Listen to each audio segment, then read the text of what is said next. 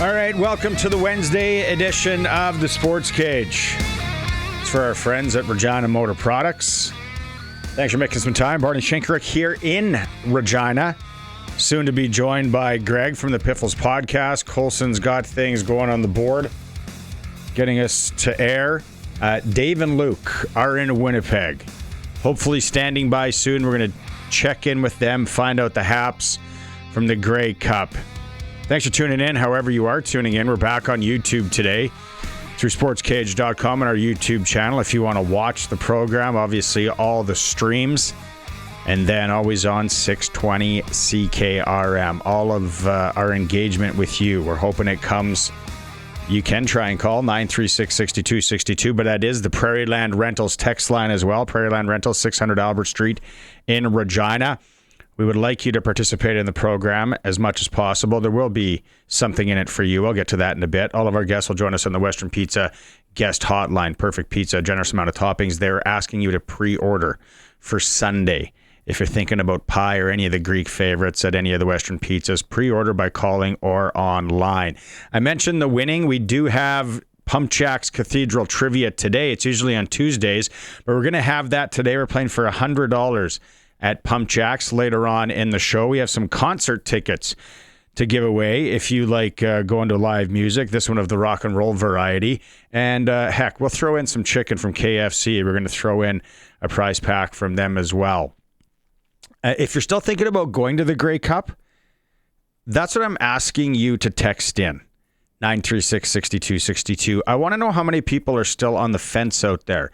We will run down, I started it yesterday, what ticket prices are today from said site that I went to. Now, I will tell you, when I just looked moments ago, there was a change.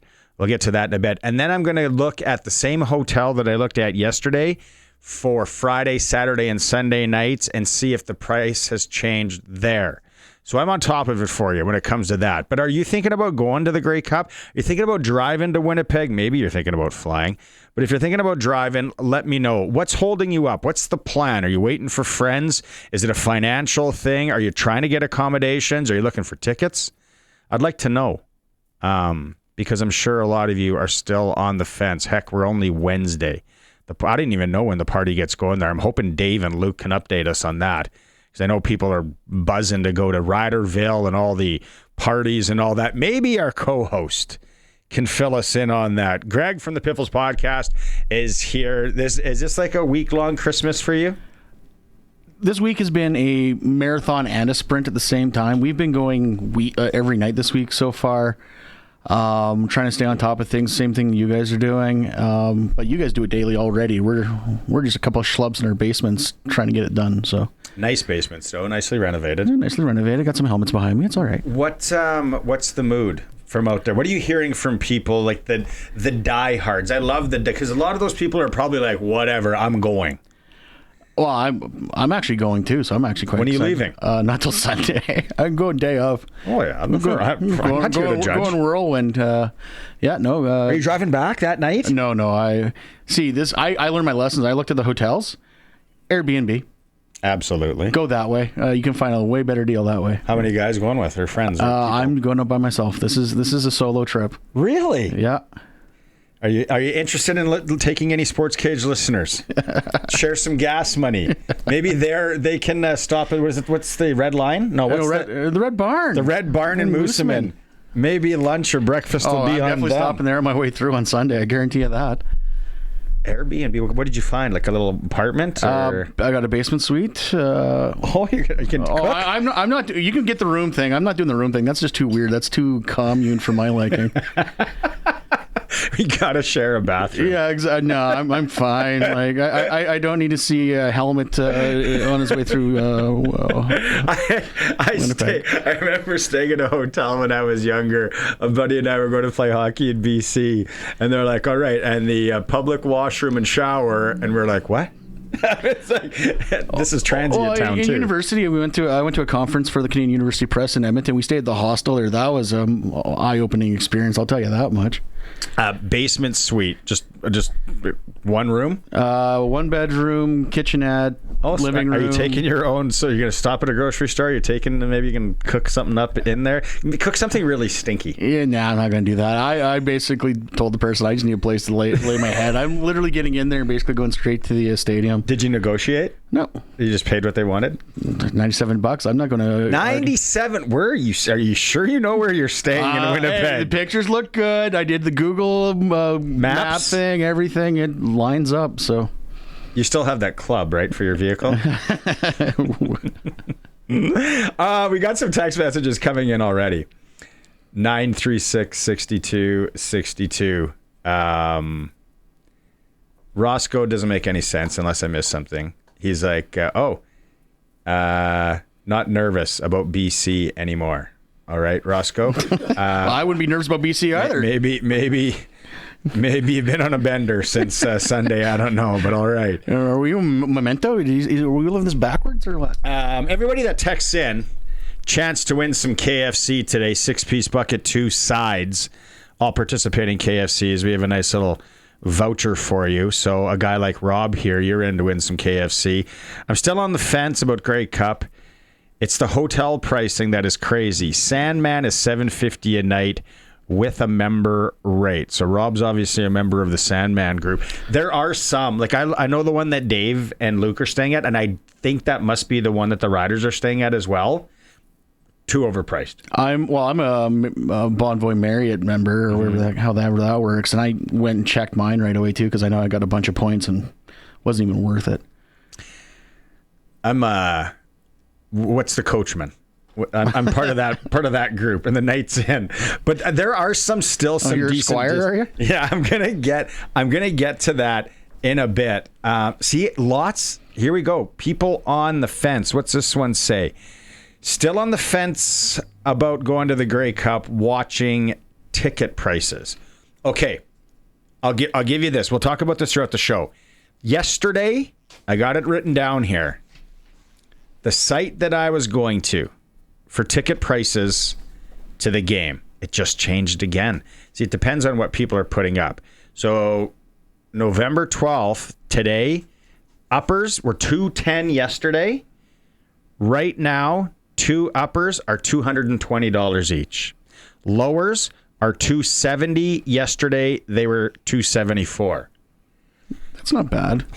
That's not awful. No. The Riders are in the Grey Cup. If you are the diehard Rider fan, and it's in Winnipeg, right? It's not like you got to hightail it to Montreal or Vancouver or Toronto. Well, like I said, I'm leaving on Sunday morning. Like, I have to be in Warman the day before, so I got to be. That's the reason why I'm waiting. Are you driving from Warman to? Don't take that highway to go the double lane. No, I'm coming home that night, good. Sleeping, and then heading in like first thing in the morning. The thing's a death trap. Oh, I bet.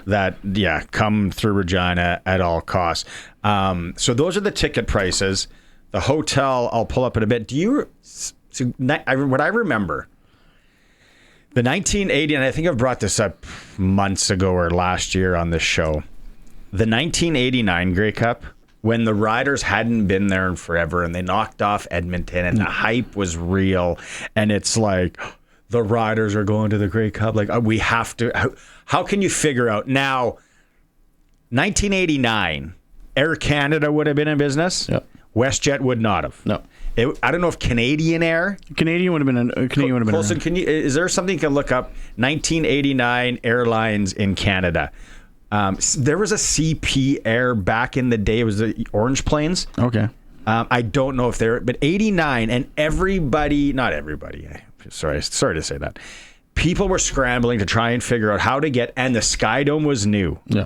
Right? Yep. So people that were going to the Grey Cup in 89 and could just drop whatever money, you had to go to the travel agent. Oh, yeah. Or you had to go to Air Canada at the airport and pay money, cash money, and they would give you a ticket. And this is where actually I think, honestly, the CFL has kind of fallen behind. Because, back then, like, actually, we've had a bunch of people reach out to us after the Riders win the other day, asking if we're putting together a bus to go.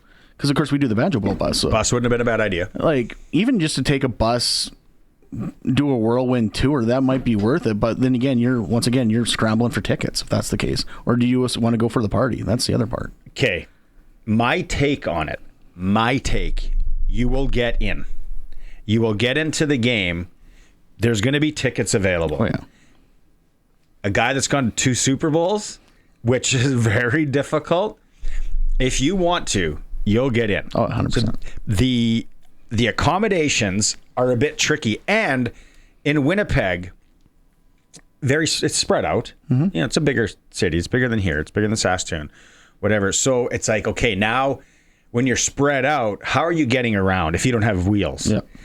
The bus thing, so back to 89, I remember they loaded up buses from Saskatoon to Toronto. Oh, easily, yeah. To go watch the Grey Cup. What is that? That's a 27, 30-hour twirl. And I've never done it, but I know a guy that works here just did that. And you go like, what is it, from Kenora by Thunder Bay. Have you ever done the drive? I've never done the drive, but I know, I've been to Thunder Bay, so I understand the... It is supposedly awful. I bet it is, yeah. And you start going through nights and stuff. So you're on a bus with human beings for 30 hours. It'd be more, though, because if you think about all the stops, like, you're stopping everywhere. But back then, I think you could dart on the bus. Well, it was not even just the darts. Like, that bathroom's going to get that bathroom would be gross. It's going to be gross. You're stopping quite a bit to save the bus. Once you hit the Manitoba border, that bathroom's a wash. You're like, I'm not going in that bathroom. I'll wait till the next Flying J. Exactly. Or whatever trucks. The Voyageur. Remember Voyageurs back in the day? People? Remember those Essos? Remember my dad, when I used to drive and go play hockey, he's like, here, you can use this card. You stop at all the Voyageurs. That's the only place you can eat at. And I'm like, deadly. Lauren on the text line. Wouldn't it be great? Rest in peace.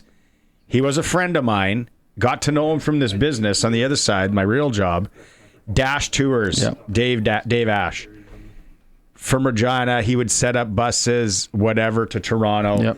Yep. He was the guy that's waving the big flag in the Vancouver Olympics when they score, and that's him. Yeah, and he had the siren on his helmet, and the big flag was his. Yep. Good one. Good pull there, Lauren. Trevor's saying need Dash Tours 2.0.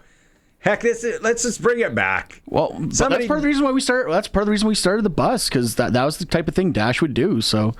We started with the Banjo Bowl bus. We tried to put together a Calgary bus once. It didn't go as well, so we just never. Someone called. Was it Shane Engelheim? Yep. That's what we deal with. Somebody get him on the horn. Let's get a SportsCage. Get him on the blower. Let's get a SportsCage bus going. Smoking in the back if you crack open that little hatch at the top. Bathroom's only number 1. That's gross. And let's get ourselves to Winnipeg. Now, accommodations on the other hand. You kind of all have to stay in the same place, or else it's a dog's breakfast. Yeah, pretty much, it's not nice. When does Riderville start up? Dan Croft, what's the vibe there? How cool would it be to live show stream from Riderville? Hey, Dano, we'll try and find out. I want to know, when does do you know when Riderville starts? I think tomorrow night's when all the parties kick off, or Thursday, I believe, or today's the 2 Grey Cups I was at, Toronto and Edmonton, Spirit of Edmonton, surprisingly really good. It is, and they always do their own thing. They're never a part of the rest of the group. Okay, we'll get to more of these text messages. Keep them coming. 936-6262, Prairieland Rentals text line. We love them. We're going to take a break here because I guess the boys are set up in Winnipeg. We're going to join them right after the break. It's a SportsCage on the home of the Riders and the Grey Cup, 620 CKRM. Prairieland Rentals text line. Leave your name. You name a number because you're in to win some KFC chicken, right? Saying the diehards have already booked! ! You're a diehard and you just booked. I had family stuff I was worried about, so I know 2 diehards in Saskatoon that are like thinking about pulling the trigger right now. Yeah. So that hotel that I was talking about yesterday, that was for those 3 nights $1,028. Today, still $1,028. So that's not a bad price. There are some $750, $850 a night. The expensive ones, like where these guys are staying, let's go out on the Western Pizza guest hotline. Western Pizza pre-book for Sunday. Dave and Luke Mullinder joining us. $100 says Luke's not smiling. Perfect. There he is right there. Oh, now he is. I don't think. We can't hear you. Your mic. Let's go. 3, 2. Let's try this again. 3, 2, and 1. The boys. Can you hear me now? There we go. Hello. We got you now. All right. When's Ryderville open? People are wondering what's the deal. When do the parties get going? Tomorrow. They do not start today. We are here in a bunker that I think is Mike O'Shea's old office, because I hear he's getting hired in Toronto. Kidding, joking, not real. But the Ryderville, everything really opens and get going tomorrow. There's a fan fest that's happening down to the University of Winnipeg that's happening. And again, they're sending students through it today. But if you're there, you can go and run a 40-yard dash, see how far you can go. So, yes, things really get going as far as the fan side. That's got blown Achilles written all over it. For a number of gentlemen in their 40s, they're going to be trying to hoof that. All right, what was on the agenda today, boys? What can you tell us? Well, right now, as we speak, the Saskatchewan Roughriders just hit the field for their first practice of the day. So the way that the day unfolded for both teams, the Montreal Alouettes, by virtue of being the home team, got to practice first this morning. So they are on the field on what would be there in Luke, again, air quotes, regular time. And then following that, it was media day. So what they did was they brought 12 members of each team, plus the coaches and general managers, out to meet the media. And again, you were there. You could ask them anything that you wanted to ask. So that lasted for just over 2 hours. And then once that was done, the Saskatchewan Roughriders immediately hopped on their team bus and headed to practice, and that's where they are right now, on the practice field. And again, I don't know, Luke, if I'm a professional athlete that is built on routine, this is driving me nuts. Yeah, completely. It's an experience where you have to work to. Oh, sorry. Can you hear me now? It's an experience where you have to work through and include the routine that is the Grey Cup, but it's also the privilege of being in the Grey Cup. And you know what? It's gotten a lot more manageable. I remember when we were going to Grey Cups in 2007, 2009, 2010. Those media days, for instance, they were split up in two. They would have a media breakfast with one team, and then they would have a media lunch with another team. And those were chaotic because, not only were guys trying to get something to eat, they had to stay down there, but only a few guys were getting interviewed, right? So there was always, and we had to occupy our time. As a matter of fact, it's where I first got my media interview experience, with a video camera and a fork with the napkin wrapped around it, going around and asking questions of folks, just because we were bored, right? But we had to stay for like the hour and a half. So they've evolved quite a bit. The fact that there's only 12 guys now from each team, obviously those are the 12 that folks want to hear from the most. So it really only affects those 12 guys. But fortunately, they're also the leaders of the team. So they've got to be able to lock in, right when they get on that shuttle and because you're going to need to have a good practice, right? Yeah. And the one thing yesterday too, just to note for the conversation I had with Coach Mace yesterday, what the Riders did yesterday was they held an optional workout, like an optional lift for the team. And he said he was a little bit surprised. 58 players took in the optional lift yesterday. Yeah, because no one's stupid. They know what optional means. It means mandatory. See you there. So of course everybody's going to show up to that. All right. Yeah, right on. Okay, somebody's got a torn pec muscle because they went hard in the gym week of the Grey Cup, just trying to get extra 50 sets of 50 in or something. Hey, Luke, I want to ask you this. The Rogers Center, I figured when you guys played in the Grey Cup there, you were in the visitors' locker room. The Calgary and the Edmonton ones, what locker rooms were you in? We were actually in the visitors one in Toronto, and we were in the home ones in Calgary and Edmonton. So that was back-to-back years. Yeah, it was back-to-back years. So the Edmonton was obviously that was newer as well when we first got in there, and the benefit of having there's actually a massive benefit to being considered the home team that Montreal is going to enjoy because they're in the Winnipeg locker room. It's not necessarily about the lockers in general. It's about the amenities that come with that locker room. So, for instance, when we were in Calgary, when we were the home team in Edmonton in 2010. We had access to not only the locker room, but also to the facilities around the locker room, which was their cold tubs, which was their hot tubs, which was their treatment facilities. When you're in the visitors' locker room, those locker rooms are just built for teams that are going to come there for a few hours, right? So they don't have the same amenities. So, for instance, if you want a cold tub, teams have to actually go out of their way and create a cold tub situation.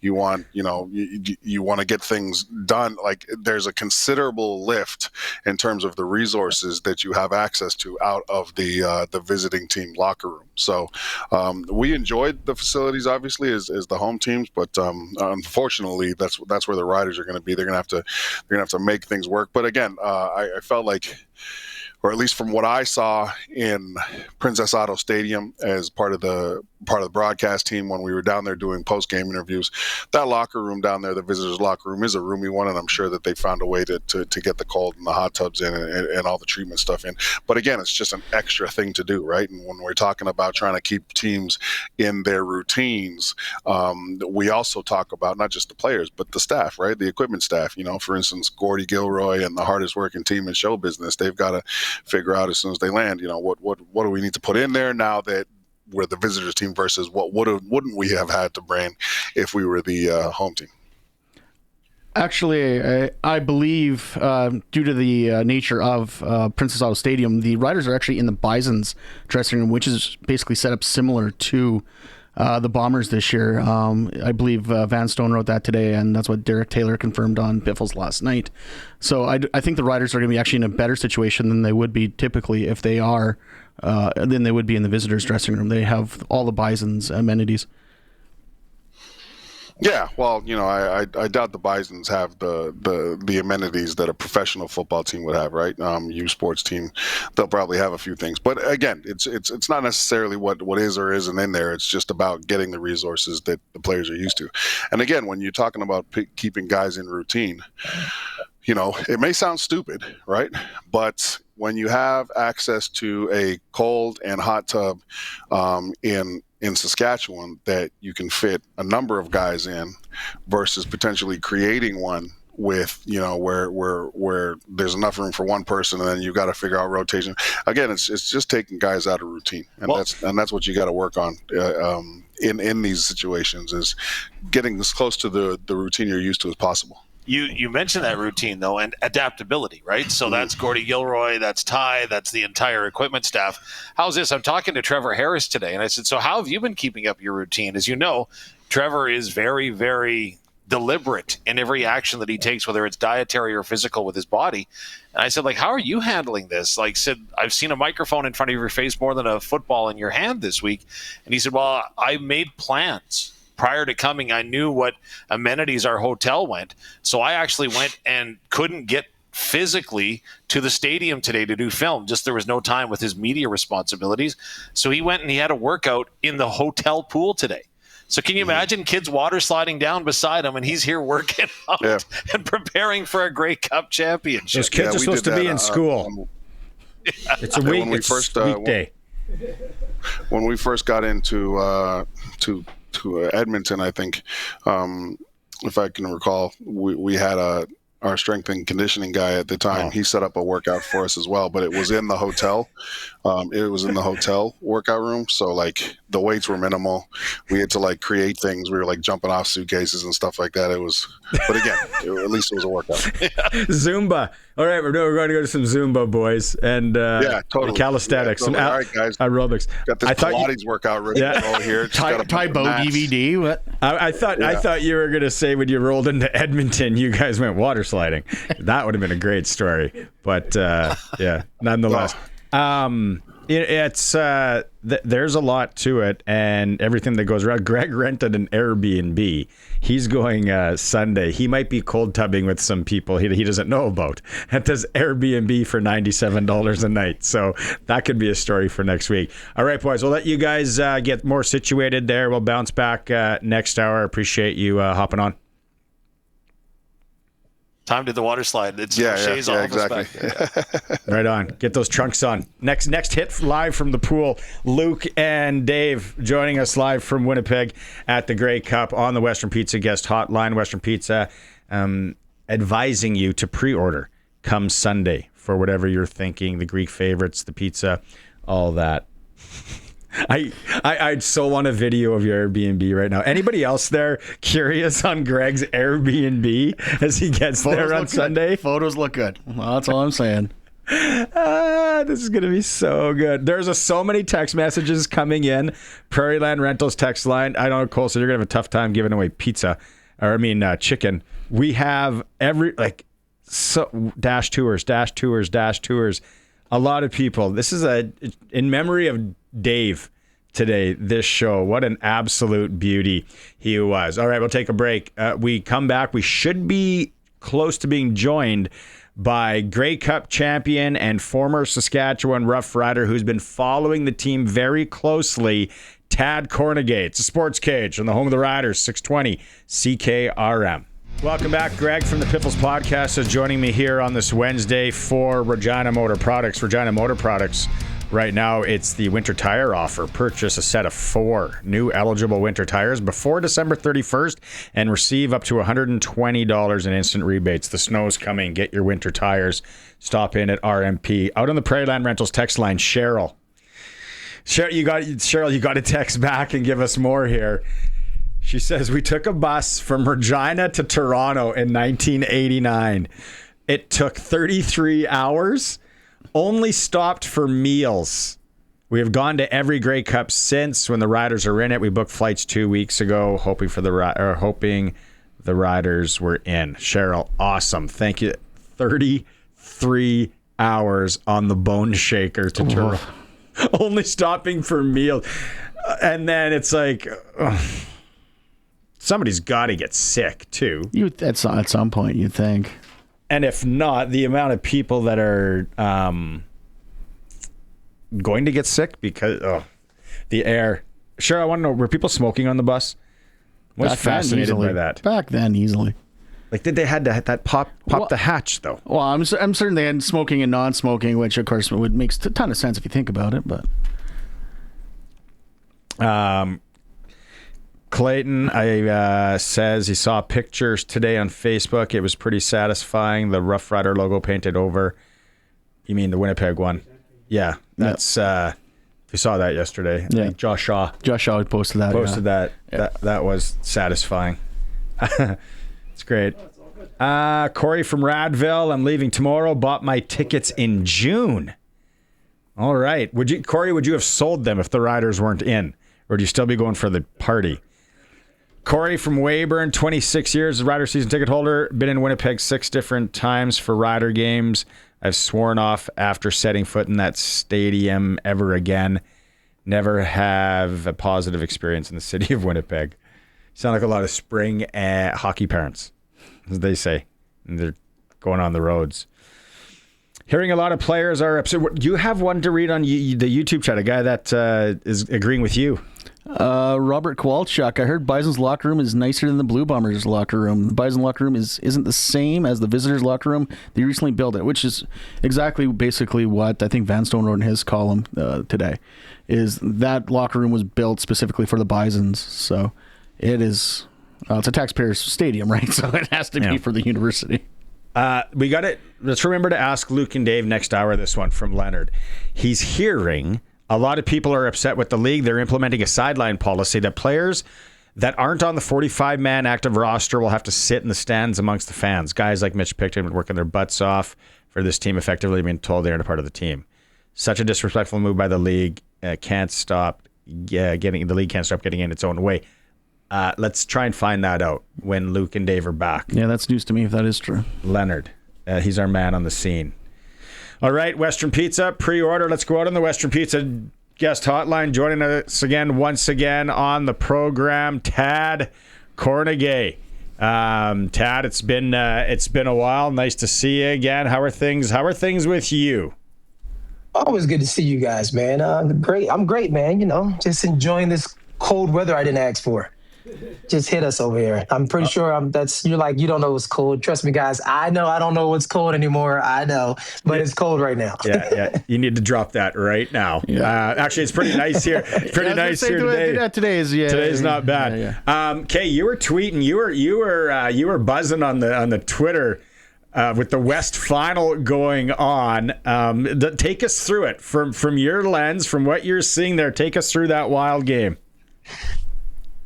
I mean, what a game, right? What a game, to be honest. But I was on the edge of my seat too, just like the rest of you guys, right? When at the fourth quarter when it came and Mace made that call to go for the field goal without any hesitation. I bet everybody was like, "What in the hell is he doing?" Right? Yeah. Everybody. There had to have been some hesitation there. Had to have been. Hey, listen, man. Like I tell everybody. Some people can communicate with the football guys. Mace obviously has that communication. I used to have that when I played. So he told him to go for the field goal, trust my defense. We'll get the ball back and we want to win and get the hell out of here. And it happened. I mean, it was gutsy, but you obviously had to have some kind of communication with the football guys to make that call. Okay, I want to ask you, former defensive player. You've been in the big games. That call, whatever the call was, to snuff out that quarterback draw. I think it's a fantastic call by British Columbia to go with the quarterback draw there. If you're on the field, the defensive guys, what do you think they were talking about? What do you think the communication was to be able to kind of, like I said, snuff that out? I mean, it was almost kind of expected, right? So you just got to trust your guys to do their job, right? I mean, some guys do their job. Some guys want to be hero and ghosts, right? There's hero and ghosts, and obviously defense. They all have the hero mentality. They all felt it coming. I mean, it was a great scheme for that play. Like it was awesome. I mean, you couldn't have played any better. So everyone keeps on talking about the field goal. I want to go back to that punt. Because in that situation, to me, that was the egregious one. I was defending that field goal, but that giving them the ball back before that quarterback draw. What was your take on that? Because I can defend taking points. I can't defend giving. Well, because the book that Mace was thinking, it was like, all right, we're going to kick the field goal, we're going to stop them, and then we're going to go down. But then it's like, oh crap, we went 2 and out. Yeah. You got to understand, Mace is a defensive guy, right? He trusts his defense. When he kicked that field goal, he decided to bet on his defense. So guess what? I'm still here. I'm still betting on my defense. My defense will get the ball back. Period. I mean, that's an awesome feeling, to be honest. Like, I mean, everybody says offense wins games, defense wins championships, and Mason comes out. He's a defensive guy, so he obviously believes in his defense. The team believes in the defense. Nobody was questioning the calls, and that's great. Everybody's why Saskatchewan is where they're at right now, because everybody bought into the program. Are you and Mason's schemes? This might be tough because you're not there, but as a defensive guy that's been on championship teams, are you seeing anything from this defense? Anything jumping out at you? Maybe it's the communication. Yeah, it's definitely the communication, and when you're out there, the way you make football easy on defense side of the ball, know what the guy next to you is doing, right? So at the end of the day, as long as you know what the guy next to you is doing, even if he screws up, you got his back. But if you don't, then this is when stuff gets haywire and you guys don't have each other's back. Everybody's not flying to the ball. Man, when you know what your guys are doing and you're communication is everything. It makes the game so much easier and it makes it so much fun. You've obviously look at been... these plays, man. These plays awesome. Yeah, no kidding, right?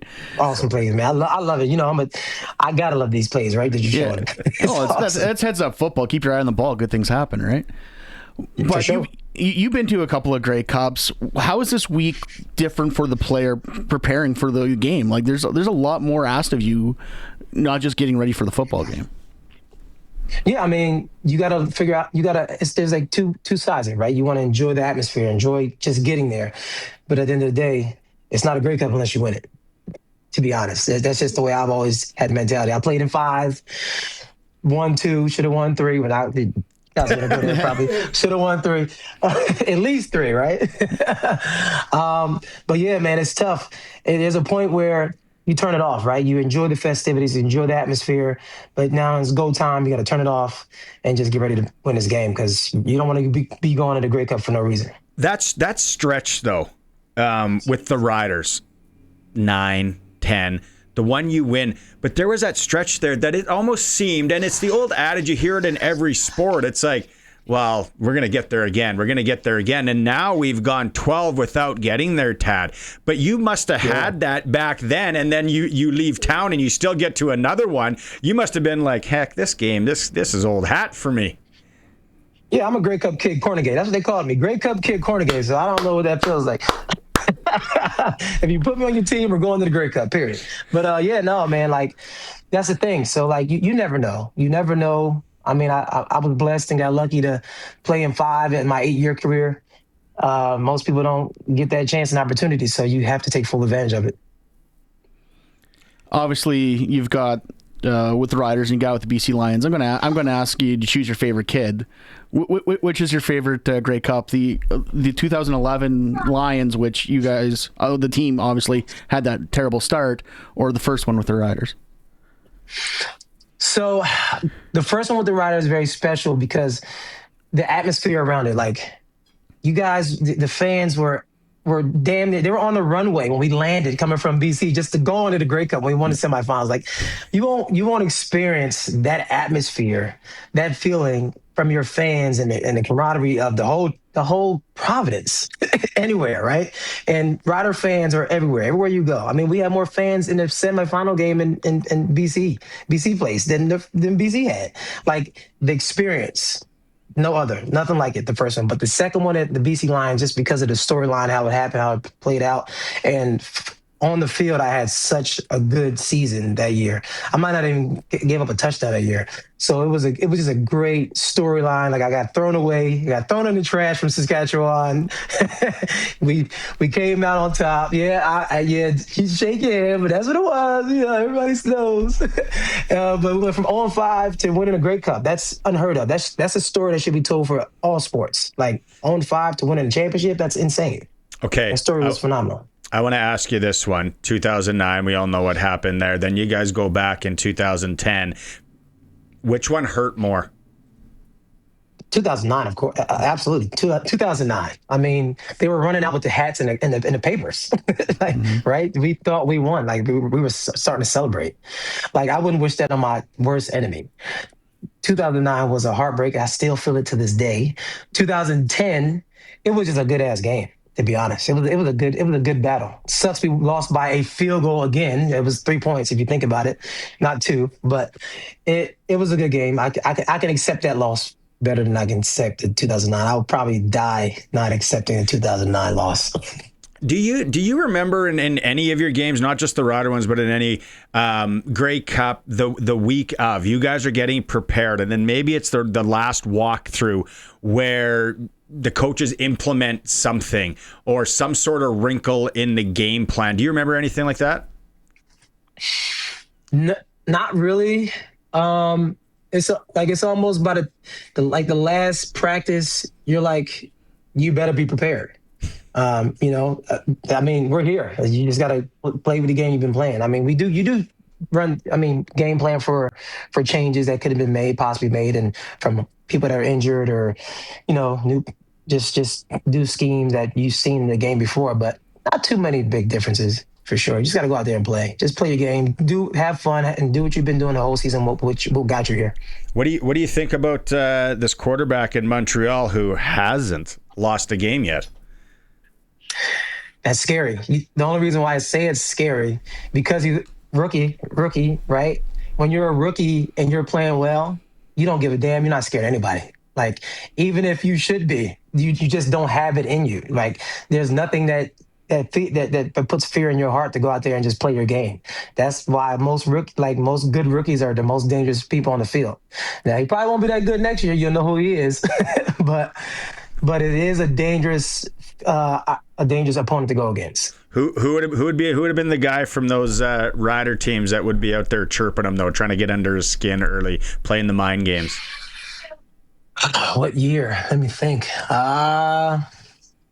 You want to say 07? It'd probably be, you wouldn't think it, probably Fred Perry or definitely Luke Mullinder. He would say something out there. Not Luke. No. Sure. Yeah, he would. Yeah, he would. He'd probably nudge him or do something dirty. He'd probably do something dirty more than anything. Something That's what I physically love dirty to the man.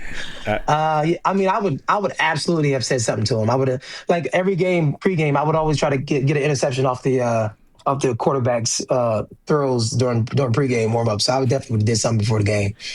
I was known for that. That's great. All right, before we let you go, give us a prediction. Goodness gracious. Prediction of the Grey Cup. I would say, let's go 32-30 Riders. I was going to say, why would you put it within a field goal? Why? Against Montreal? Why? I have to. That's the only way I can overcome it. That's the only way I can overcome that. That's the only way I can overcome it. I would cry if we win by a field goal. Where are you going to be watching it? You got a little Grey Cup party planned down there? What do you got? No, I'm just probably gonna be home, man. Home with the family, because I actually have my son has his regional championship football game in Maryland, and on Saturday, so we got to drive back home Saturday night, hopefully with a win on our belt, because then it's the championship the following week. So yeah, I'll be home watching with my son. Right on. All right. Good luck to you guys there. Thanks for doing it. What is it? Grey Cup Kornegay, or what did you say the nickname is? Grey Cup Kid Kornegay. Grey Cup Kid Kornegay. Come on, man. You better remember that. We'll get some shirts. We'll put it up on the wall here. We'll hook up again, Tad. Thanks for doing this, bud. No doubt. In Mace We Trust. In Mace We Trust. I want to see a shirt out there. Make sure Rider Nation, somebody has a In Mace We Trust shirt on. All right. There he is. That's awesome. Former Grey Cup champ, former rider Tad Kornegay joining us again on the program. He could easily go into media. Oh, easily. Yeah. Luke, when Luke comes back on in hour 2, we'll have to ask him, all right, Luke, what kind of chirps should you be throwing at Davis? He basically said you'd be throwing cheap shots, too. Hey, a championship game, whatever. Late hits. Win if you can, lose if you must, but always cheese. Jesse the Body Ventura. Stick 'em, something, nail 'em. Isn't that's from hockey? That's slap shot. Pop 'em. You got to get on there. All right, text message is buzzing here. Prairie Land Rentals text line. Let's take a break. We'll come back. We'll read some of your messages. It is the Sports Cage. We are streaming through our YouTube channel if you want to watch along at sportscage.com. Riders, they were getting things done today. A little walkthrough for the team. Trevor Harris caught up with our team there, and he says continuity is great on this team, but they haven't finished the deal. Just because we kept everybody together doesn't mean that making it to this point was everything we wanted to accomplish, and I think our best football game is right here in front of us on Sunday. Sports Select has the Riders -4 on the point spread as a favorite. The over-under's 48.5 today, and a 3-point game on Proline pays $3.55. Interesting there. Western Hockey League, one Saskatchewan team in action, Prince Albert's in Portland tonight. National Hockey League, one Canadian team, the Edmonton Oilers. If you're an Oiler fan, ooh, they're in Philadelphia. Let's see what happens tonight. It's at 6:30. Sports Ticker is for the Bundle and Save event with Reliance Heath. Rent a new water heater and softener together. Get $400 in cash back. Call on Reliance Heath today. All right. Prairie Land Rentals text line. Dylan in Saskatoon saying, I'd love to go to the Grey Cup. Always been a dream of mine, unfortunately, due to financial reasons. And having a little 2-year-old going to school is keeping me busy. You can watch the game. That's right, Dylan. It's not... Everybody can't make their way there. Sports Cage years ago, you could take a Grey Cup train. Yeah. Lots of wild stories. I bet. Where did that leave? Because the Via leaves from used to leave from Watrous and Melville, Saskatoon. I believe. Like you couldn't hop on the Via in Regina. No, I don't think so. No. We need more info. That's before my time, I guarantee you that. On this, give us more info. They didn't leave their name on that one. Lots of Dave Ash love coming through here. And like I said, I think this is something that the CFL kind of dropped the ball on. Like they used to have like a partnership with Red Tag. Like why isn't there like fly to Grey Cup flights and hotels included? Like I'm certain they've got the buying power to pull something like that off. Who? Red Tag. They had a thing with redtag.ca a few years ago. Like still need a bird. You need the plane is the key. Yeah, and then you could like Krios Air, but I don't know how big of a plane you can get from Krios. It's all just all these people own planes and they just put it in a big rental pool. Isn't anyway. WestJet on their jerseys for the playoffs? Why not do something with WestJet Vacations then? Oh, have you dealt with WestJet? Really? They are the furthest thing from wanting to do any favors or anything cool for Canada anymore. Don't even get me started. I'm just saying, like, there's got to be a way to get more fans to the game. But what do you think the percentage? I asked this yesterday. Over 50% Rider fans in that stadium. 50? I'd 40. I'd put the over under at 40%. I don't think it's going to be a full half, but it'll probably sound like it. From Leonard Corey, Saskatchewan head coach, made a straight up gangster decision by kicking the field goal and let the defense hold BC so he can get the ball back and score. Played to win. Even points to win. Well, that's it. He took the points. I know. Okay, but guys. But okay, here's the thing. I've been dealing with this. The book does not say. Okay, there is no book. Okay, let's start. There is no book. The book does not exist. The book is called Common Sense. Okay, Common Sense. I love it. I think it is a gangster play, and it worked out, and it's all that. But if you polled people, it would be like, oh no. I guarantee. I was the only one in my season ticket section that was defending that. Everyone thought I was crazy. Here's the thing about Common Sense. Common sense ain't common. So I do not fault him for taking the points. In the CFL, where anyone says anything can happen in the final 3 minutes, he knew he had at least 2 possessions there, probably. Worst case scenario is they give up the field goal. You still need the touchdown to tie the game. Regardless, you needed a touchdown. You know how hard that would have... The Trevor Harris drive there, that was Tom Brady, like, to manipulate that defense, that zone, and to have to throw it into the pockets that he did. But here's the thing, is that you hear it all the time, prevent defense prevents you from winning.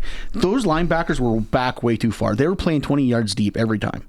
Like, he was, every pass was 10 yards or deeper because they left it open. Ball, any overthrow. Hey, it works out. I just sit there and go, if it's my video game, that's not how I'm playing it. Well, the biggest fault BC did, they only sent 3. That was just going to say that. And then Matthew Betts gets dinged up twice in the final 3 minutes, and they don't adjust. Like, your best pass rusher's out, and you just keep on sending 3 guys. Like, they lost the game. Colson, you want to hop in?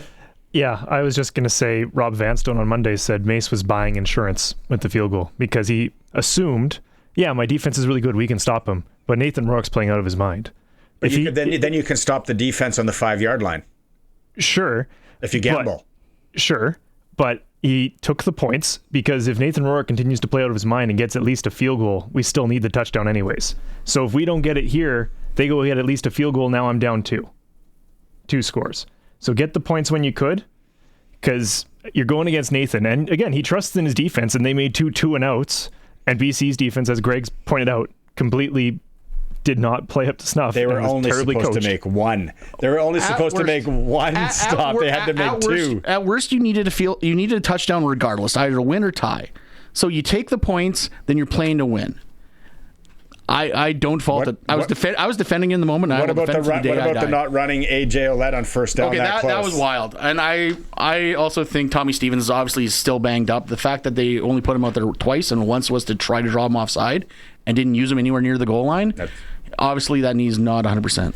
Still a lot more to come. Keep the text messages coming. Apparently, you could take the Via from Regina at Trevor. I'm going to need to see evidence of that. There's good train tickets. Send me some evidence on that. In hour 2, you know what we do have coming up in hour 3? I don't know if I mentioned this. Nelson Hackewich is going to come in. We're going to go through the sim that he did on his video game of the Grey Cup. The Guilds is College Football 26. It's really cool. That's in hour 3. More Luke and Dave. We're going to take a breath from the football talk and talk some hockey with with our NHL insider, Eric Francis, in hour 2 and a whole lot more. It's a Sports Cage, streaming through our YouTube channel at sportscage.com.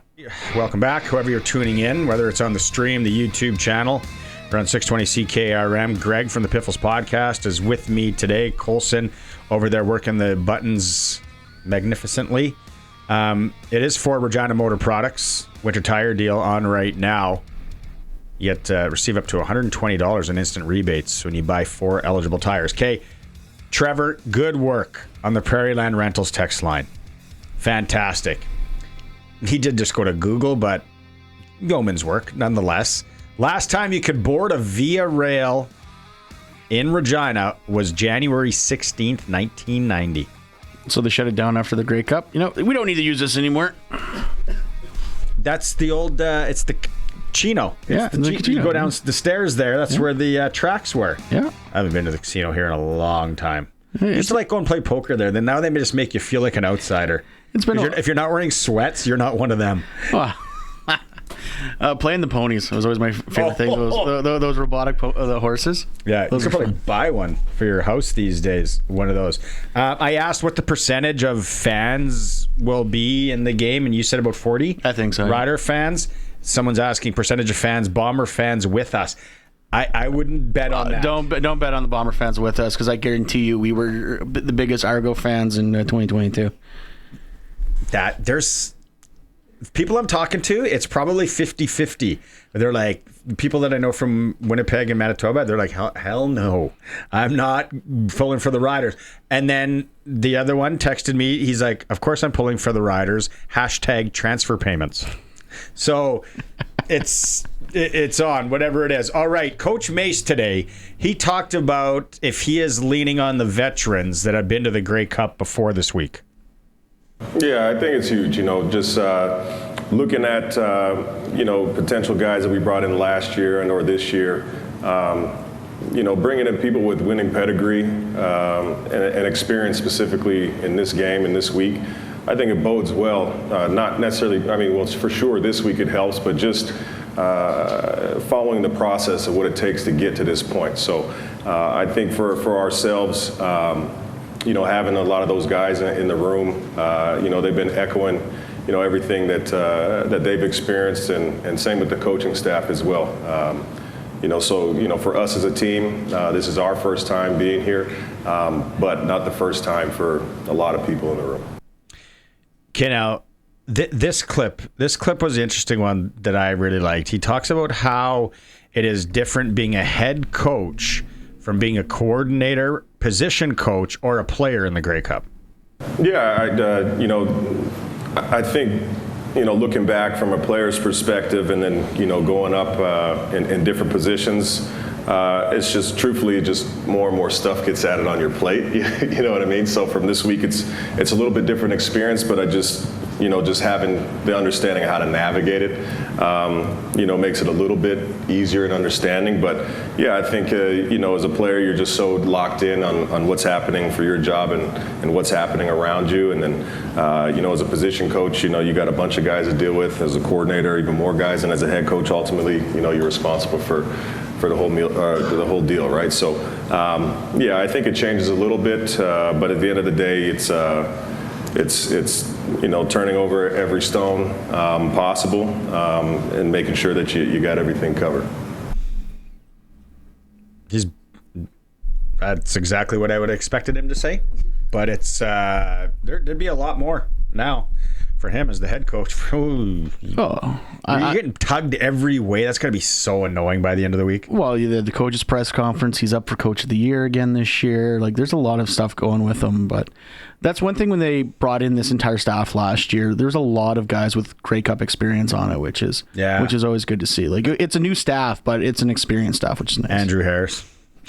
He's one of few, more than the Riders or franchise. I cannot believe I'm cheering for Andrew Harris to lift another Grey Cup. That just seems so wrong in every fiber of my being right now. It's so good, man. Life is so wild and crazy right now. But for Coach Mace, I didn't listen to the full press conference when him and Jason Moss were up there yesterday. I should have, because I was like, please throw it a dang. Please throw out a dang, Coach. At least one dang. Yeah. He's the best. Oh, look at the text messages coming in from Bomber fans and not Bomber fan, or not who they're cheering for, Riders, or we'll have to get to those in a bit. Okay, we're going to take a breath from some of the CFL and from some of the Rider talk for like 8-9 minutes here. Let's get into it with our NHL insider, Eric Francis. Now for Inside the NHL with Eric Francis on the Sports Cage. Inside the NHL is brought to you by Sports Select. Getting in on more of the sports action you want is as easy as playing at sportsselect.com. Simply make your picks online, generate your QR code, and lock in your bet at your local Lotto Spot retailer. I say we're going to take a breath from the CFL and football talk, but then I'm thinking Calgary Sun writer, national broadcaster. You've covered a few Grey Cups in your time. I covered like 8 or 9 of them. I should know the exact number because they're so, like, it's the best assignment in our business. Like, it really is. And you know, you just came back from Nashville. Keep in mind. I like Nashville trips too. If the CFL were to expand, I was covering the CFL for the better part of 20 years, and the U.S. expansion, of course, included some of the crappiest American cities in the history. There was no Nashville in there. They were like, what's wrong with Shreveport? Shreveport is the worst city in America I've ever been to, and Birmingham was a close second. Like, Vegas. Paid me a Birmingham at Tracy Lawrence. What a tune! He makes it sound like such a great place. My God, he's lying. You know, it's funny because the first Grey Cup I ever covered, like, it's the best assignment because you're there all week. You get to unpack your suitcase. You got events every single morning and night and after. It's all laid out right in front of you. And the Football Reporters of Canada has a suite. I don't know where that's at now. I haven't been in the last 10 years, but always had a suite that had free beer the entire week, and it was kind of the base. And I'll never forget the Grey Cup in '95. I got to stop putting the numbers on it because it makes me sound so old, and I am. But I covered in Regina the Grey Cup. It was Flutie and the Stamps versus the Baltimore Stallions. And they had a media football game there. And we're all familiar with the term Johnny Tryhard, and that's where I learned what a Johnny Tryhard was, and it was me. I was like 25. I was 25 years old. I'm playing in a media game against. There's gals out there. There's ladies that are 50, 60. There's dudes that are 65 covered. This is our 40th Grey Cup, and I'm out there going over the top to make catches. Bashing into people. Guys. Yeah, Johnny Tryhard. I remember I had 4 touchdowns. 2 of them. Yeah, exactly. I was keeping stats. Like, what a loser. And I'm going for my 5th, and I've got thinking this got to be some sort of media record. Because I don't think they've ever played the game before. But anyway, I'm trying to rewrite the I don't think they played it since. No, and I'll tell you why, because this is how the game ended. Me going over the middle. There's a gal there just standing there, minding her own business, doesn't even know the ball's in the air. I am making this catch, and I don't care that she's in the way. I go up over top of her, catapult myself on top of her. She goes flying, and I land on my head, and I am out. I'm out. And the game, they called the game.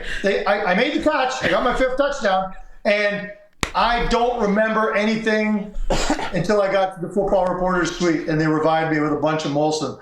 But other than that, what a loser. At the time, I was thinking, this is so much fun. And people were talking about, that Francis, he's got some game, 5 touchdowns, blah, blah. I don't really remember the whole weekend in its entirety because I think I was concussed. I was sure I was concussed. What a loser. Anyway, too bad you didn't get a chance. Too bad you didn't get a chance to check out the beautiful General or Pasqua Hospital here in Regina. But did you show up with gloves to boot? Did you have like Newmans and cleats? Were you that guy? No, I had sweatpants on. Like it was I didn't go the full 9 yards. Got the sweatband I wasn't on. sure what type of shoes to wear on the turf. You know, the conditions change every day at Taylor. This is the old Taylor Field, right? Oh, man. Okay, there's a plaque somewhere. Take us through each of the touchdowns, starting with number 1. Just kidding. No, we got a real Al Bundy here. 4 touchdowns in a game. Holy cow! Oh, you've never done a hit with Eric, yeah? These go off the rails in a hurry. No, it is a great time. The other thing about the Grey Cup, Eric, and as a guy that's in Calgary and the Stampede, and you've covered the Stampede, and you've been to the Stampede, the Grey Cup in the right city. Like, I went to the one in Toronto. And obviously, no one knew. This was a few years ago. No one knew it was going on, which was fine because the people at the parties, like the Ryderville and all that, they sure as hell know that what's going on there, and it's a lot of fun. But it's such a gathering for the country and just party it up. And it's the everyman's event too. Like, later years, I covered so many Grey Cups in a row, and then I went and covered a couple of Super Bowls. It's a joke. Like, the Super Bowl sucks. It sucks in every way. It sucks because there's no home team. So 1/3 of the people are cheering for one team, another third are cheering for the other team, and the other third are corporate dudes who don't even know the game's going on. And every party, you have to have a private jet and a VIP pass to get into. Whereas, as you know, with the Grey Cup, you just wander into any old hotel, and they've got a suite of some sort, whether it's the Spirit of Edmonton or the Calgary group, or every team's got a group, and it really is a great Canadian love-in. And nothing compares to the Stampede. I'm quite biased, but that's a pretty close second, man. That's a great celebration. I hope it always continues. Did you go down to the Super Bowl wondering where the media game was, being like, I'm here, 5-touchdown kid from Canada? Brought my cleats, everything, man. Like my Stickum gloves, everything. I was black, and I was prepared to go to 4 downs too. It didn't matter. I could adapt from 3 to 4 downs. Didn't matter. But no, I never got the call.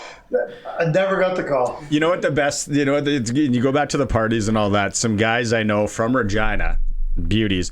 What they used to do is they'd go to the Grey Cups and they'd make fake lanyards, like they were something special, but they weren't.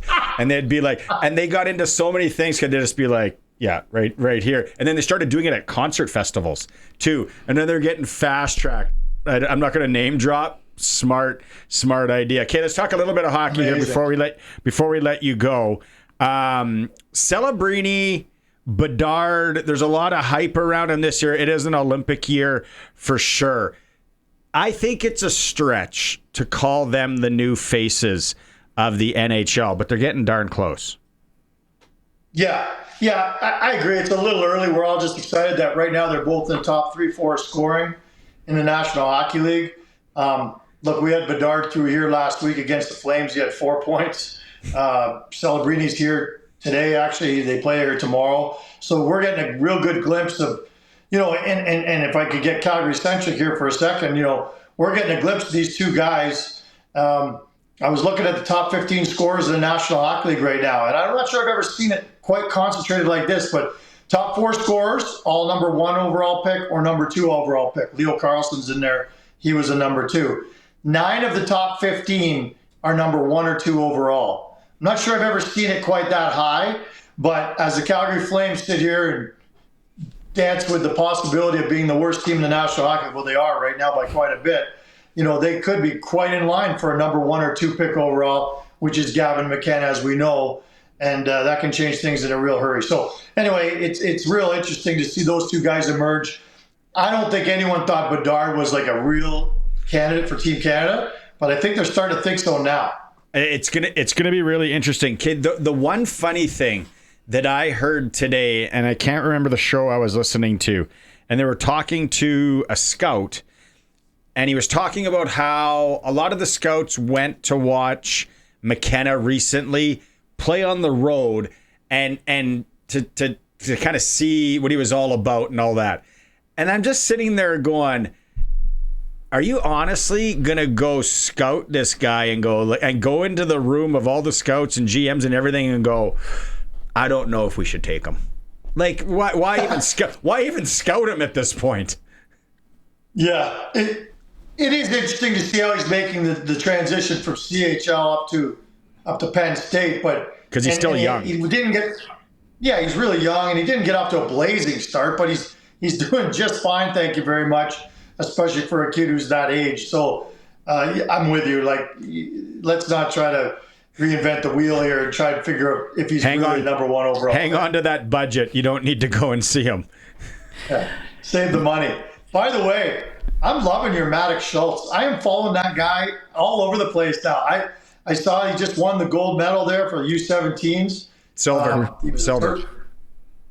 Oh, he was on the silver team. Sorry. They lost to Canada in the other team. Sorry. A neighbor of mine was on the gold team. I got it mixed up. But he was an all-star in that tournament as well. And he's putting up the points. And like, ever since I saw him at the Max Midget tournament here last year, man, and you were the one who turned me on to him, and I saw him get that 5-point game and scored in overtime. That kid's the real deal as well. He's fun to watch along the way. You get to see him again next month with Liam Pugh, who's not bad himself. Unreal. Sorry, you wanted to go. Yeah, you already touched on Calgary being the worst team in the league. Edmonton's not lighting up. Vancouver's also in the bottom right now too. Which one of these three Canadian teams is going to pull themselves out of the gutter the soonest? I think you could lump Toronto in there too. Like, you read their clippings, the sky's falling there as well. Who's going to pull up their bootstraps? Come on, it's going to be Edmonton because nobody wants that. That's why. It'll be Edmonton. I mean, they figured it out. This is the third year in a row that they've had a, kind of a rough start, and they just got too much talent in there to not figure this out. It's a cat and mouse game they play every year. Every game I watched them the other night. They're down by 1 with a minute to go. They score shorthanded to tie it up. They win it in overtime. It's just getting so old, Edmonton, really. Like, just stop it. They'll be the team to pull this out. On the opposite end, though, the Avalanche have only lost 1 game in regulation. How long can they keep that going on? Isn't that amazing, eh? And they're doing it with their backup goalie, Scott Wedgwood. Mackenzie Blackwood is back now, and they're going to ease him in slowly because Wedgwood's playing so good. I mean, their blue line's stacked up front. Their top 6 is as good as anybody's. McKinnon's playing like the best player in the world right now. I don't know I don't think they're going to lose another game this year. You can quote me on that. I'm kidding. Don't clip that one. They are the team to beat though right now, I'd say, in the NHL. All right. Prairieland Rentals text line. Trevor says, one of the best guests you guys get is Eric Francis. Great stories. I can't believe other Canuck fans like him. No Canuck fans like him. That's good. All right. Wait, well, open invitation whenever you want to come this way and watch Maddox Schultz play in beautiful Regina. I'm sure you can say hi to some of those people from the media game. Maybe. I was going to say, we could throw together a flag game pretty quickly if we had to. Yeah. Well, yeah. Look, most of the people that were in that game, I would suspect, are dead right now. And because that was a lot of years ago. But the moral of the story, the takeaway from our little hit today, don't be a Johnny Tryhard. Nobody likes that guy. And it just took me a little while it took a concussion for me to realize it.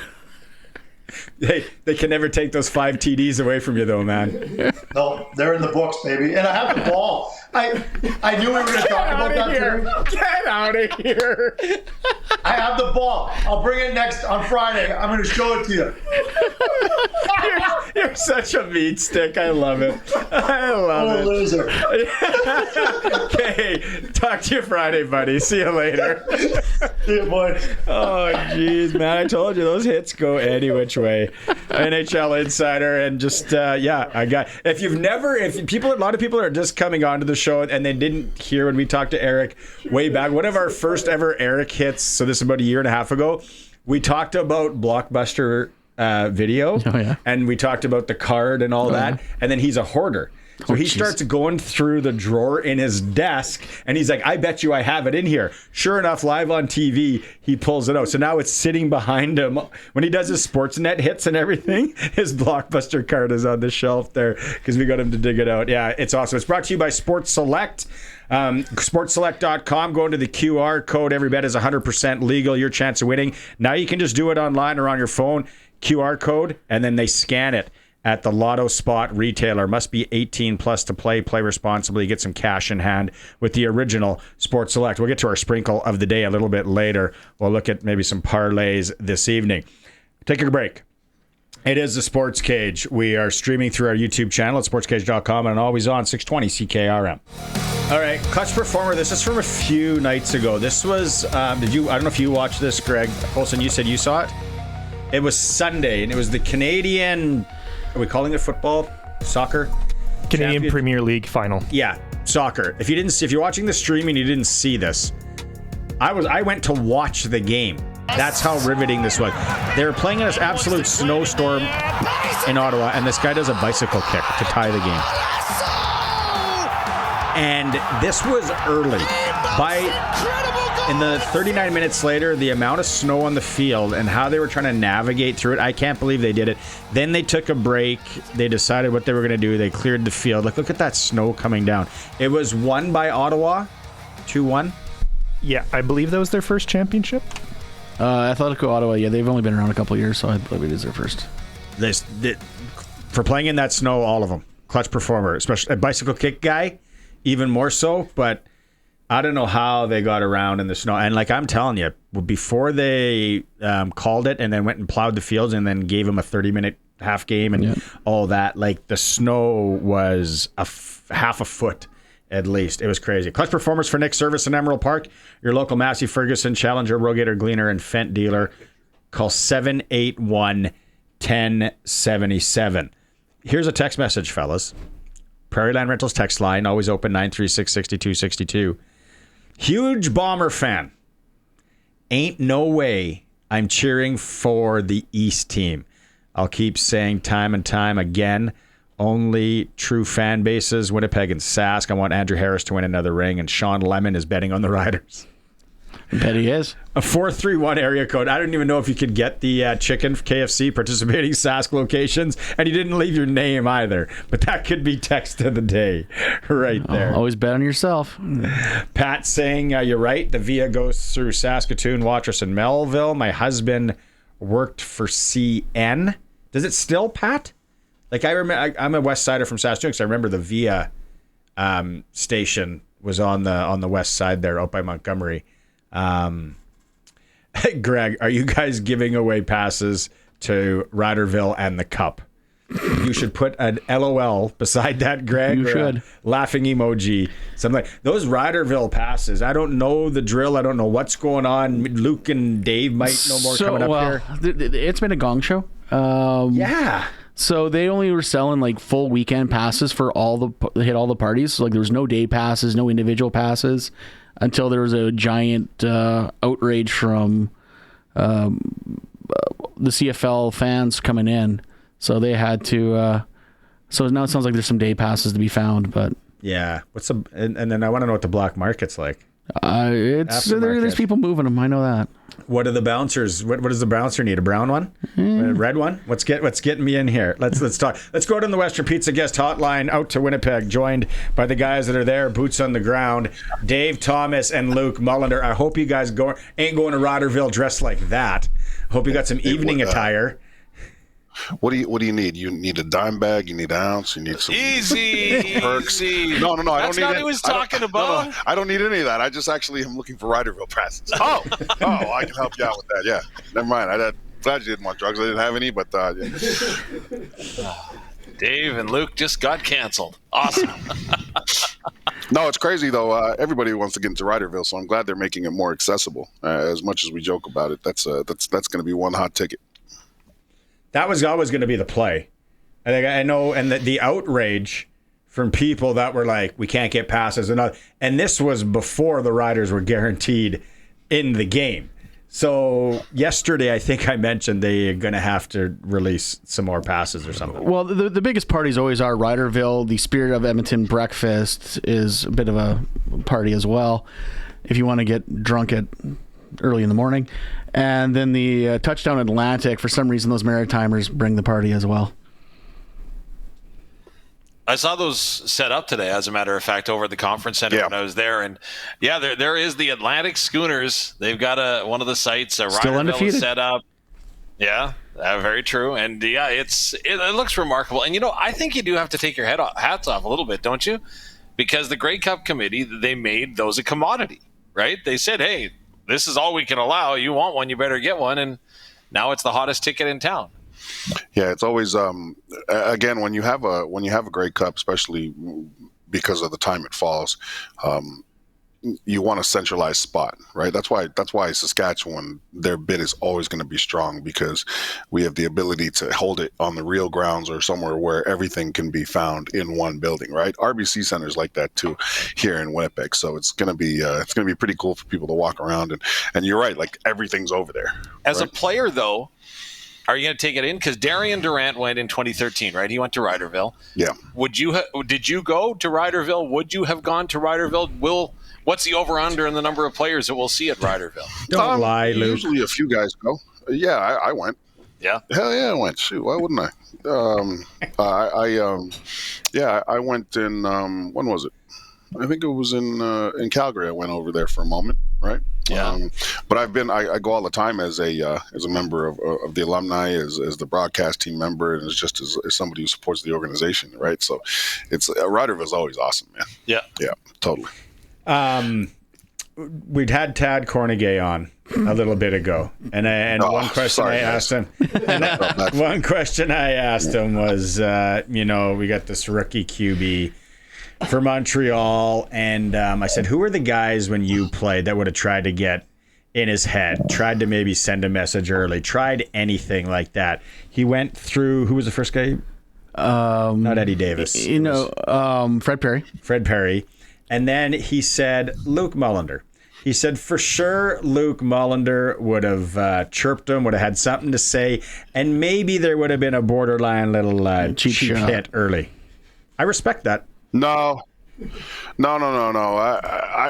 I would have probably tried to say something, but it would have had to be very short, because I wasn't much of a trash talker, man, because I didn't have that type of cardio. I always wanted to conserve my energy. So whenever we were out there, I just if I started talking trash and starting to get passionate about something else, I wasn't going to be able to actually do the responsibility it came to when the whistle blew. So, but yeah, I think Tad, for the most part, he's lying, because he would have been the guy. We would have been hearing Tad behind us yelling at the quarterback. And man, there was nothing like playing with 2-4, man. He was a beauty. He was one of the better pound for pound players that I've ever played with. But man, he was the reason what made him so good. And I hope he's not listening, and I would never tell him this to his face, but the reason what made him so good is because he wasn't afraid of contact, and he was a smaller guy, but man, he could mix it up with the best of them. And for us, we got so many amazing years out of him, especially in like 2008 and beyond, because he was down there. He'd play any spot. He'd play the strong side linebacker spot. He'd play the defensive back spot. Shoot, you told him to blitz from the middle, he would do that too. He was the jumper one year on the field goal team, and they've got a picture of him literally being ejected by two fat dudes from the Winnipeg Blue Bombers, on the protection team. But he's like up in the air. He's like 20 feet up in the air, and they've just thrown. But man, that was Tad, man. He was willing to put it on the line for whatever. Can I ask a question about Davis Alexander? Yeah. So the Rough Riders have not seen Davis Alexander this week. And again, there's a bunch of narratives that we've been talking about, Barney. We talked about it yesterday. We'll continue to talk about it all week long. But of course, as a starting quarterback, Davis Alexander is 13-0 in his career.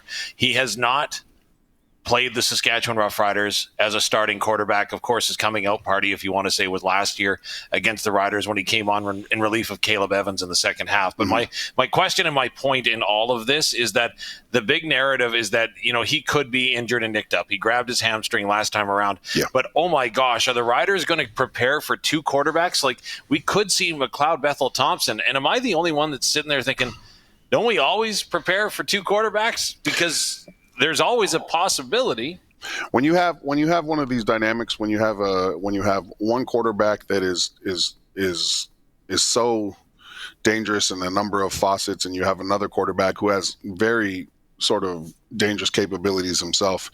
One of the messages in the locker room is always, it doesn't matter. It doesn't matter who's out there. They could be prime Peyton Manning out there. It's about what the team does. It's about how we react as a defense. Are you taking care of alignment, assignment, execution? Do you know where to go when the play's being called, and do you know what to do? And are you going to make the play if the ball comes to you, right? Like, it doesn't matter. They could roll out anybody. It's all about us. And that's where I think that you should focus as a team when it comes to this type of, I think that we'll see Davis Alexander for probably the whole game. I'd be shocked if we didn't. But again, if you don't, you also know, especially from a strategic standpoint, you know how to handle McLeod Bethel-Thompson, right? Yeah. Like, you can play man behind Cloud Bethel-Thompson. He's going to want to go deep, but why don't we just let's throw some pressure at him, right? I remember when we were watching the team in Montreal, we were throwing pressure packs at him, and he was getting smacked all over the field, right? So, again, it's never about which guy we're going to see maybe. It's about, guys, here's what the Saskatchewan Roughriders are going to do, and we're going to do this whether it's on the field, whether it's in the parking lot, whether it's in the meeting room, and we're gonna do it to Davis Alexander, Quan Alexander, Alexander the Great, Riders by 3.5. Are you leaving that? You see, he's leaving it off a field goal. Yeah, I see that. Tad went field goal, and Greg goes. Why are you doing that against Montreal? Why are you doing the field goal against Montreal? That smoke. Hey, the one thing I did ask him, Luke, and I'll throw it to you too. Those Grey Cup years, and I think the story, Greg being a Patriots fan as well, is they practiced the Malcolm Butler. They practiced that play that possibly they were going to see on the goal line from the Seahawks late in that week in Arizona. When you go back to your Grey Cups, was there something maybe on the last day or late, a wrinkle they threw in to say, hey, we maybe got to be prepared for this, or we are going to do this, something new, or is it just, no, we play what got us here? Not necessarily in the Grey Cup, but in 2010, I can tell you this.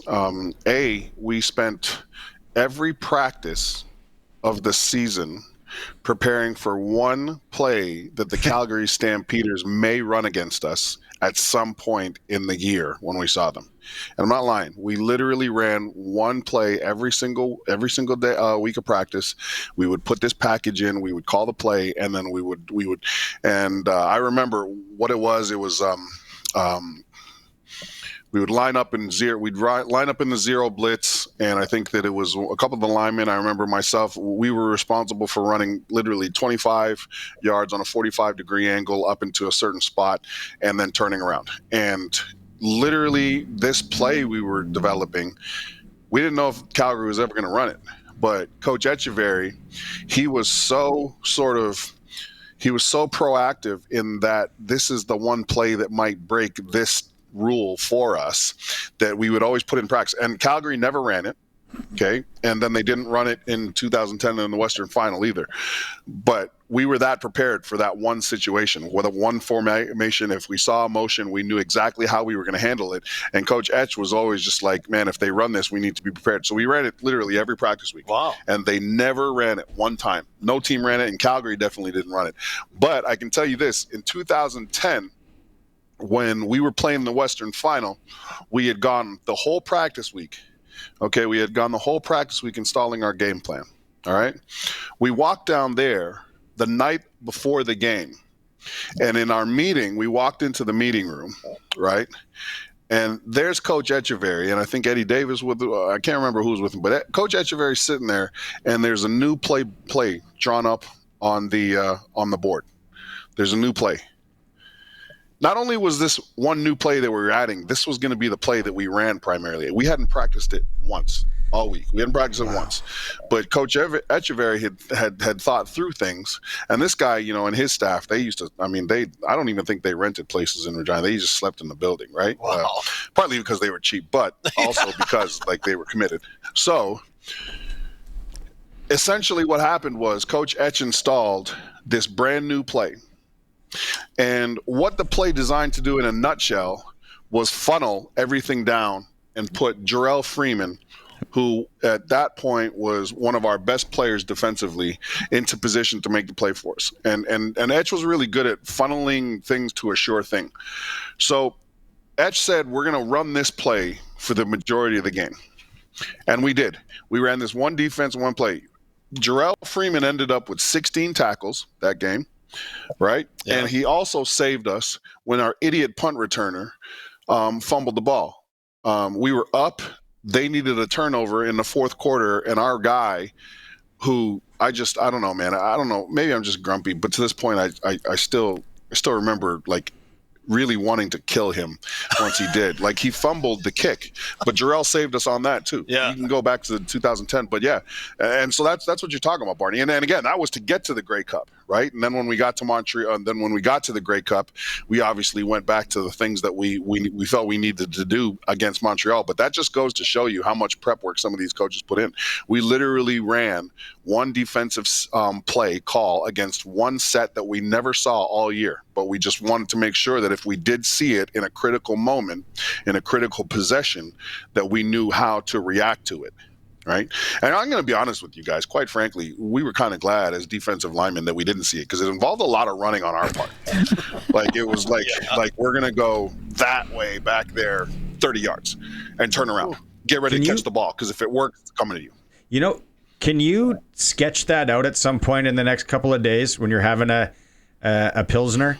And I'm dead serious. I want to see it. The play? Yeah. Just etch it out for me. You think I remember it? I don't remember it. I just remember what we did. I remember what I was 112 for that play. Yeah. No, but you know what? I'll find it. You know what I'll do? I'll call a couple of the guys. I know one guy who's probably still got it written down. Well, he was a brown noser. I got Mike McCulloch coming on the show tomorrow. I don't know if he'll remember it if he was there. McCulloch will tell you. McCulloch will tell you. He would remember it because he's got a photographic memory. Mike McCulloch, man, what made him so good was just he just knew where everybody was supposed to line up. I felt like Mike McCulloch, when I first got to the team, I mean, he really showed me how to be a professional, because man, he had such a talent for absorbing what the coaches wanted to do. And when we would get on the field, Mike McCulloch, the primary package Mike McCulloch played in when we were younger was the Tiger package, where he was the middle linebacker. It was a package in which we would put some heavy emphasis on our defensive ends, but more importantly, we would it was protect against the pass.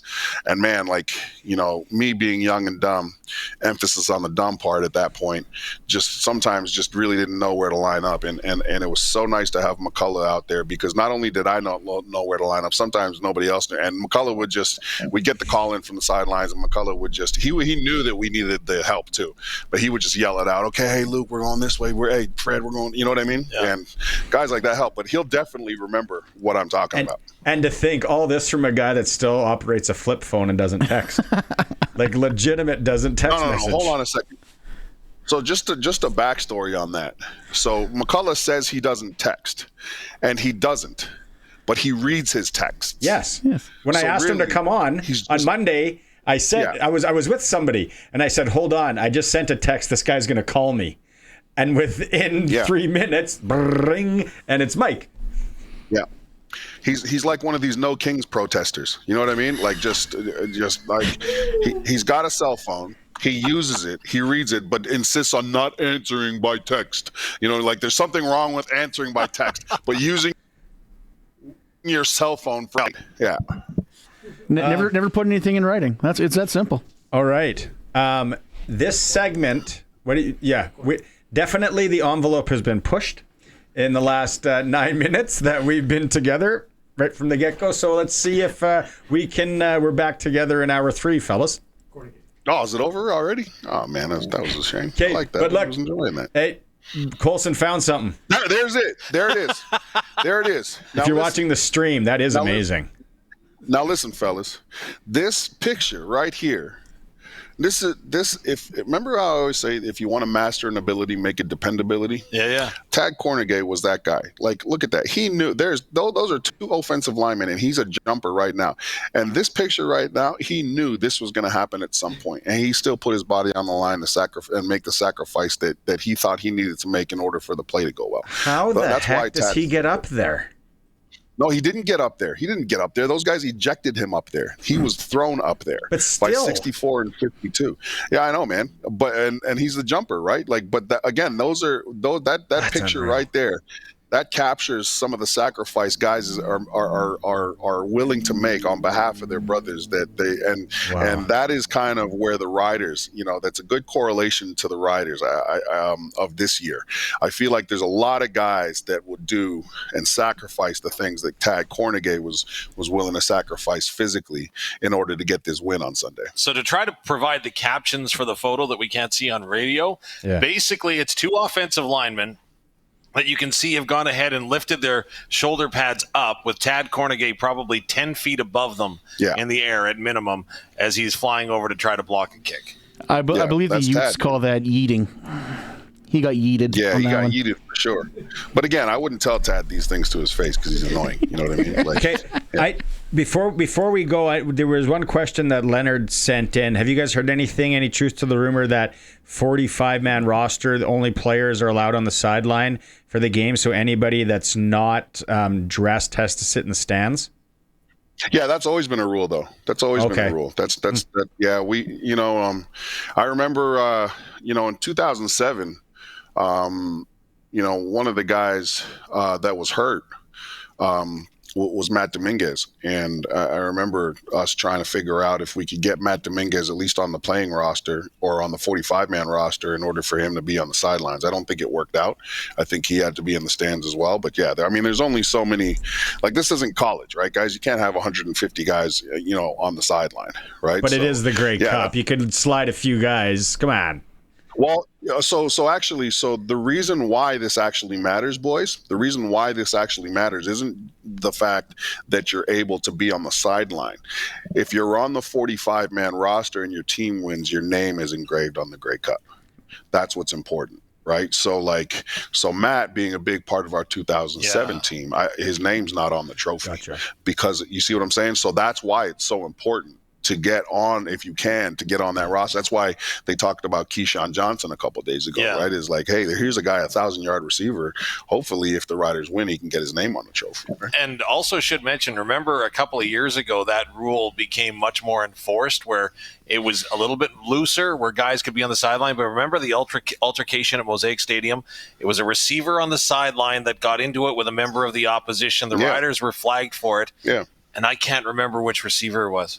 Yeah, you want to know why? Because they probably sent him home. Yeah. Yeah, it was a veteran receiver. But you know what? Colson says Shaq Evans. No. Well, no, but either way, it's these. If you can get on the 45-man roster, it's cool because you might not hit the field, you might not do what you want to do in the game, but at least your name goes on the trophy. And you know what, guys, it's the unfortunate, but that's why everybody also gets a ring, right? Because there are so many guys that sacrifice so many more things that go unseen. You know what I mean? One of the guys that should always be on the trophy, in my opinion, especially if the Riders win it, is Gordy Gilroy. He's not going to be on the trophy, you know what I mean? But he is the guy he's the hardest working man in show business, and it's why he's got a ring, and it means so much that guys like him get the opportunity to be seen in those platforms, because everybody who works behind the scenes is such a critical piece of the puzzle when it comes to winning a Grey Cup. All right, fellas, we're going to regroup in about 40 minutes time. Take a breather. We'll be back at you. There's Dave and Luke live in Winnipeg on the Western Pizza guest hotline. It is a Sports Cage. We're on the home of the Riders, 620 CKRM. Obviously, a lot of players on both sides playing in their first ever Grey Cup coming up on Sunday, like Thomas Bertrand Houdon, who talks about what it's like playing in his first Grey Cup against his home province team. I mean, it's just from the challenge that we had last year, not making it at Cheddarrah. We knew we had to come back with even more effort and being even more precise in everything that we're doing. So being able to fix all of those problems and actually keeping most of the guys also from the last year's roster has been a blessing, honestly, though. So, yeah, that's pretty much it. That was him talking about what allowed them to take this step in the West Final and get to the Grey Cup compared to last year. Hockey tonight, just one Saskatchewan team on the ice in the Western Hockey League. Prince Albert's in Portland. National Hockey League, one Canadian team. Edmonton is at Philly at 6:30. The ticker is for the price match guarantee at Extreme Hockey and Sport. New online shopping experience is open now. They're local. They support local. Extreme Hockey and Sport. Hour 3 We have Pump Jacks Cathedral Trivia. If you want to start calling now, go ahead. 936-6262. More from Luke and Dave in Winnipeg. And also, we're going to talk to Nelson Hackewich on the Grey Cup simulated game that he did. Video game style coming up. It's a Sports Cage on 620 CKRM. Wednesday, almost done. One more hour for you. Greg from Piffles Podcast has been with me. Text messages. Sorry, I haven't got to a lot of these. We did find out, though, a number of people texted in. Duke Williams was the sideline guy that we couldn't come up with his name. 936-6262. Texting in, lots of Dave Ash, I said. We need another Dave Ash in this world, says James. Dave was a trooper, avid Rider supporter. He always had the best deals for Rider away games and Grey Cups. He was a great friend of mine, brings back a lot of memories. Nice words, James. I know, you know what I remember, James? The Toronto Grey Cup I went to, Riders weren't in it. Dave hosted his party, top of the CN Tower. Nice. Classic. It was good. He blocked off the whole section. We were up there guzzling. It was good times. If you got something to say, we got a number of people that were on buses in 1989 going to Toronto. You guys are troopers. There is no doubt about it. Jonathan from Roblin, Manitoba. He was the one that was saying he's cheering for the Riders.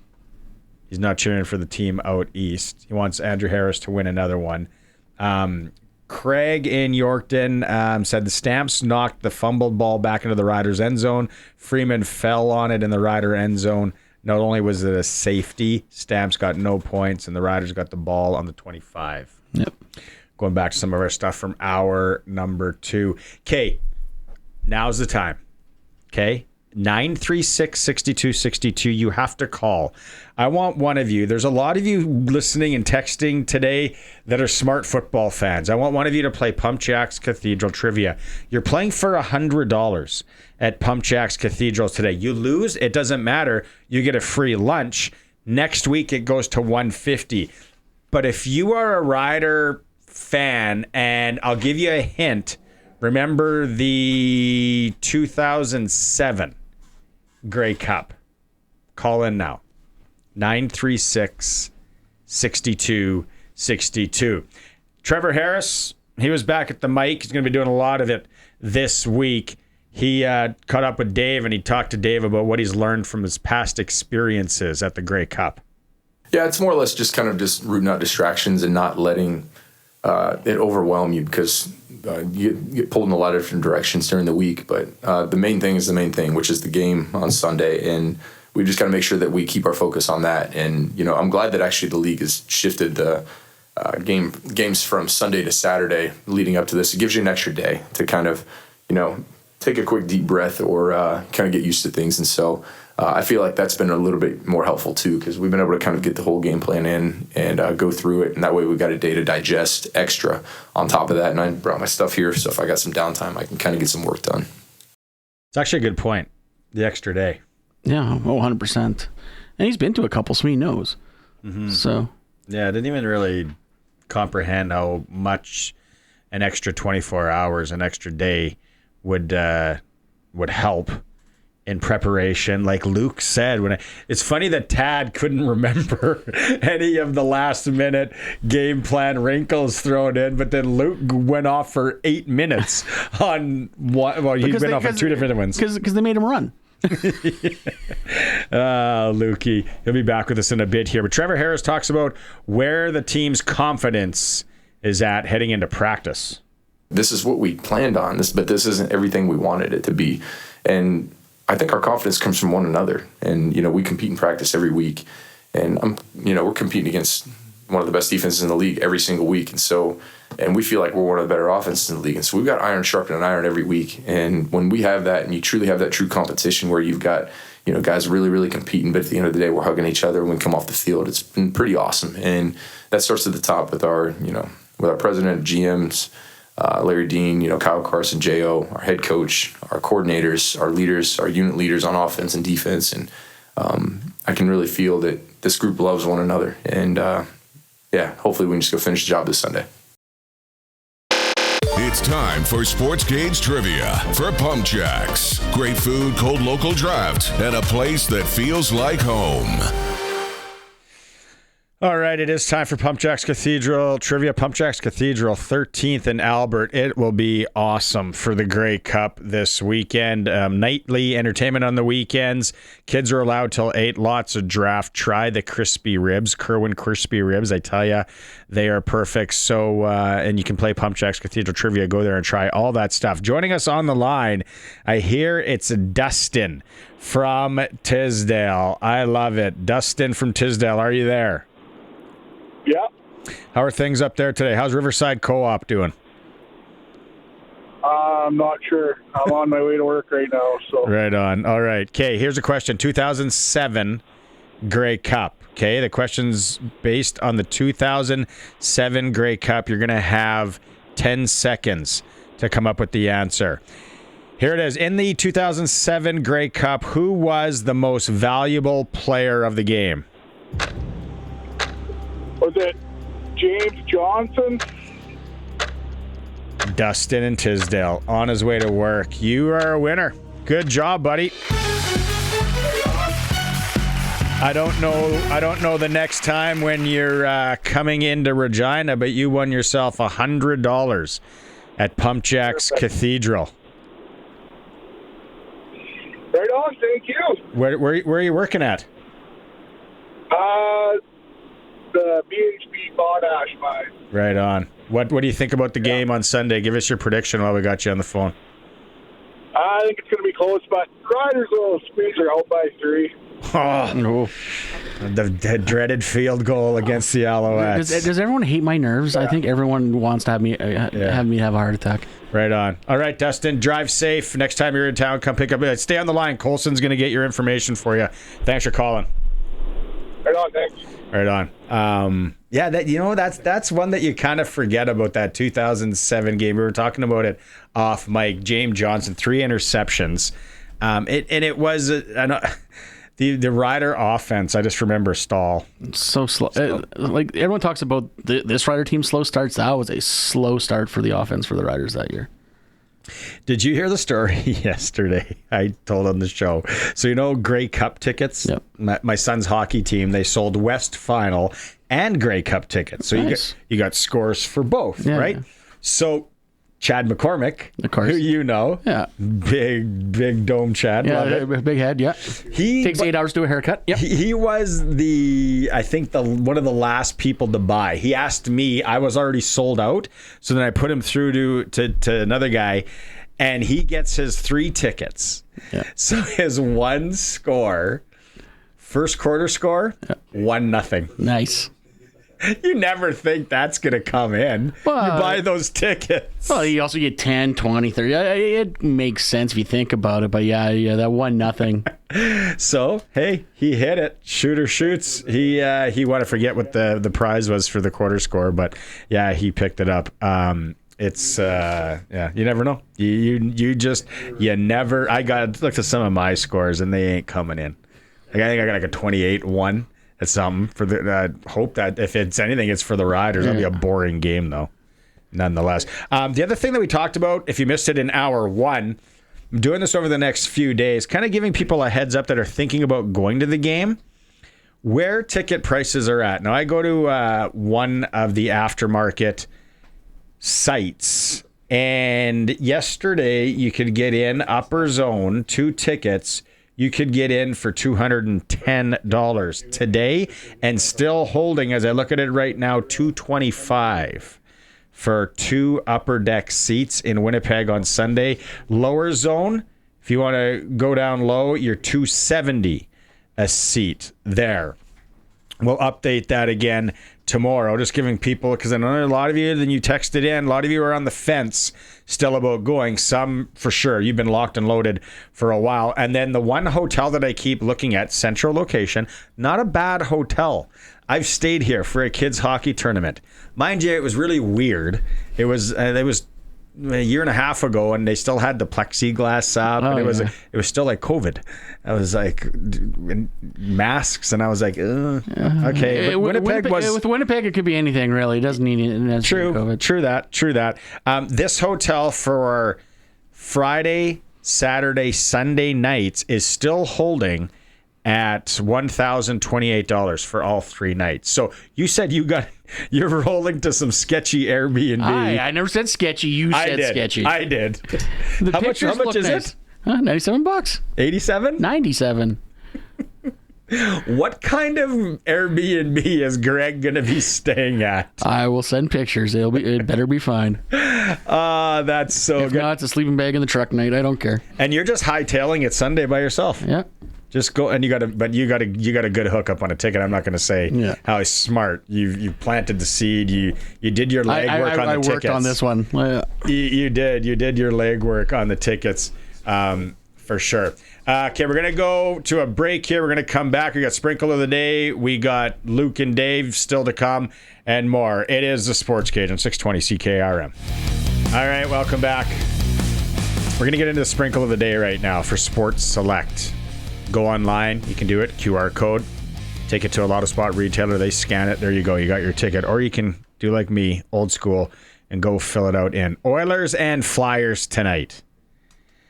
Edmonton on the pro lines 2, Phillies 250. A tie is 380. Sounds inviting to me. Betting on the Oilers right now. I'm not going to play that. I'm not going to play this tonight. I don't think I'm going to play this. But then there's also prop. And I found out today when you go online or on your phone to Sports Select, and if it has the little S there, you can just hit that as a single bet. So if you just want to play the single bet, but here's the prop. Points. Evan Bouchard against Travis Konecny. I don't know. If it was giveaways. Yeah, I was going to say, is it turnovers? I know what I take on turnovers. Yeah. And then the over-under's 5.5. Maybe if there's anything safe, I would take the over. Goaltending for Philly, I don't know enough about. I like the under on that one. Really? I think.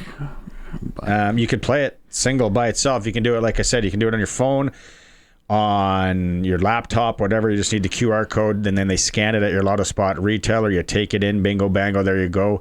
Every bet is 100% legal with a chance of winning cash in hand. It's Sports Select. When you're ready to play, bet on the original. Must be 18 plus to play, and play responsibly. Okay, Western Pizza guest hotline. This is an interesting one here. Joining us right now. Don't forget Western Pizza. They want you to pre-order for Sunday. If you can do that online or by calling any of the Western Pizzas.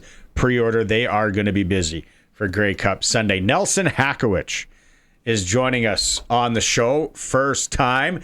Nelson, thanks for hopping on and talking about your video game that you made into a CFL game, and you simmed the Grey Cup game. How does this all come about, even back from the summer when you started all this? First off, thanks for having me. I've known Greg since 2019, and it's the first time we've talked in person, so it's weird. Yeah. You guys look like brothers. It's the playoff facial hair. Yeah. But so this modding the Madden or college football for me goes back to 2004. With Madden 04. So this is 21 years in the making for me. And college football really made it easy, so to speak, to using what they call Team Builder to put the teams into the game. And this year compared to last year, the rosters into the game, it's been a life's work, so to speak. How many hours are we talking? Greg can attest to this because he did this with the Regina Thunder and some American expansion teams. You're looking at 5 hours, and that might be light. Yeah, the uniforms are the easy part. He went the extra step and actually did rosters and like stat lines, and I didn't do anything that crazy. I just made him look pretty and walked away. 5 hours a team? Oh yeah, easily. Yeah, easily. Yeah, wow, that's awesome. Okay, so then you kind of I was following you on Twitter. It's actually if you want to follow him on Twitter, it's what's your Twitter handle, Nelson? At Nelson Hackewich, Hackewich. So I was watching it throughout the summer and all that. I'm like, that's pretty cool. But we have you on here because Colson's got some video. We're going to talk about you simmed the Grey Cup game. At Riders Owls, you just did this the other night. So Colson, first off, you just roll the highlights if you want, Colson. Nelson, take us through how this game went. It was a defensive struggle, not a lot of scoring. A couple interceptions by the Riders, a couple sacks by both teams, and I think Trevor Harris was 241 passing and a TD, and Davis Alexander, he was 189 passing and a TD. So we're looking at a defensive struggle, and reality says these are the two best defenses in the CFL, so that could be a real possibility. I'm not 100% sold on the score of this simulation, 12-7 for Saskatchewan, but there were late game dramatics. Tavon Campbell with a pick right there. Tavon Campbell with a pick right there. I think we could see that come on Sunday quite easily. Absolutely. I'm just glad it wasn't a 3-point game. That's all I care about. Nelson Lacombo had a pick to seal it in the end as well.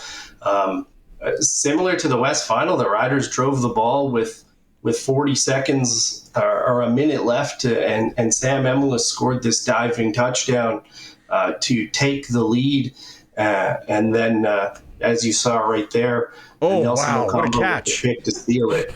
So it was fun to watch.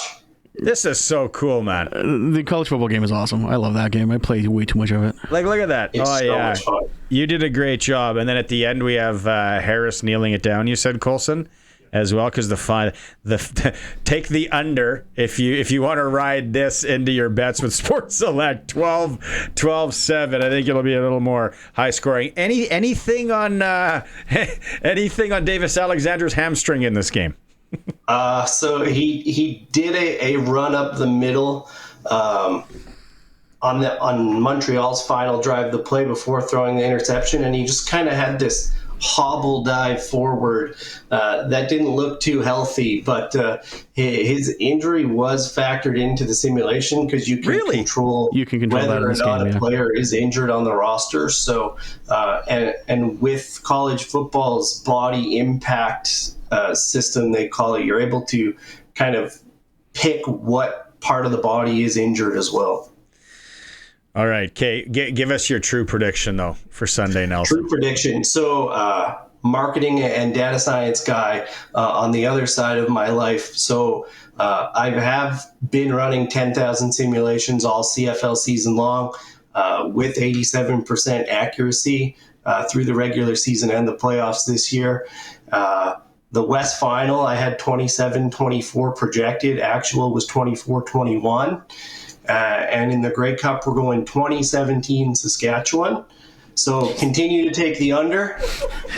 And it's still that field goal, Greg. Still that field goal. At +4, I'm taking Montreal all day.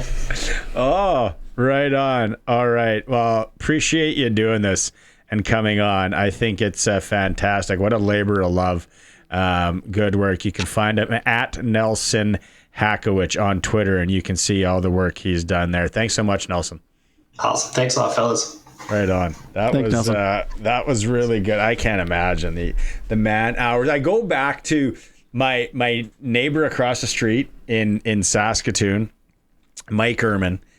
He had TurboGrafx. Remember when TurboGrafx came out? Bonk's Adventures, oh yeah. And the football game in there was a little bit ahead of its time because this is pre-Sega Genesis. It was kind of right in that Neo Geo was just coming out, but no one had the money to buy that, especially on the west side. But we had this TurboGrafx, and I remember one of the teams was the Rhinos and all that. Yeah. We made a CFL season, and there was his dad played, and then there was 4 of us. We each had a team, and then some guys had 2 teams. I was across the street, so I think I had Edmonton and Hamilton. And you couldn't sim it, but we wrote everything by hand. Yep. Stats, Willis Jaycox receiving or kick return. I remember leading the league. It was so wild. We were and just Slurpees and eating awful, staying up all night through the summer and simming CFL football on a TurboGrafx. Well, back in the day, you're talking TurboGrafx 16, PlayStation 2. Me and my brother lived together in university. We played Madden CFL rules. We counted rouges. Yes, that's awesome. Oh man, we all got it in us, right? We all got it in us. It's so cool. Oh my God, I just had a throwback buddy text in. We did this with the 91 Phantoms and Baseball Stars. I probably did, Kelly. I probably did. Yeah, sweet stuff. All right, Dave and Luke standing by in Winnipeg. We go to break here closer. You want to go straight to them? We'll go to break. It is the Sports Cage on the home of the Riders, 620 CKRM. All right, we tried this in hour one, but there are a lot of people playing in their first Grey Cup come Sunday. One of them, Thomas Bertrand Houdon, who's playing against his home province team. I mean, it's just from the challenge that we had last year, not making it. Just stop it. We knew we had to, honestly, going from my first year and not even making a playoff to last year making it to the West Final and this year making it to finally the Cup is just amazing. Honestly, this whole team is like a family to me. We're able to work our way the entire year and just being able to play. I mean, I don't really care if it's Montreal or whoever, honestly. As long as I'm here with my family, I know we're going to be able to do this. Sports Select does have the Riders -4 on the point spread. The over-under 48.5. So if you're going off what Nelson did in the sim there, hammer the under. One game in the Western League tonight involving Saskatchewan team. It is Prince Albert and Portland. National Hockey League, one Canadian team. We talked about it in our sprinkle of the day. Edmonton's in Philly. Sports Ticker is for Regina Steelcraft Doors, made in Western Canada for Western Canada. They got a 40,000 square foot facility. They got the garage door you need. All right, Western Pizza, pre-order for Sunday. Greek favorites, a pie, whatever you want. Joining us on the Western Pizza Guest Hotline again from Winnipeg, Dave Thomas is standing by. Oh, and Luke made his way in straight from the workout facility. Did you catch that, Dave? That sim? What Nelson does there, the sim game? 12-7, low scoring affair. What, for the game? Yeah. That was Nelson's simulation, the video game. Nelson needs to stop letting his simulation smoke weed before they go ahead and do that. There's no way. 12-7? What is this?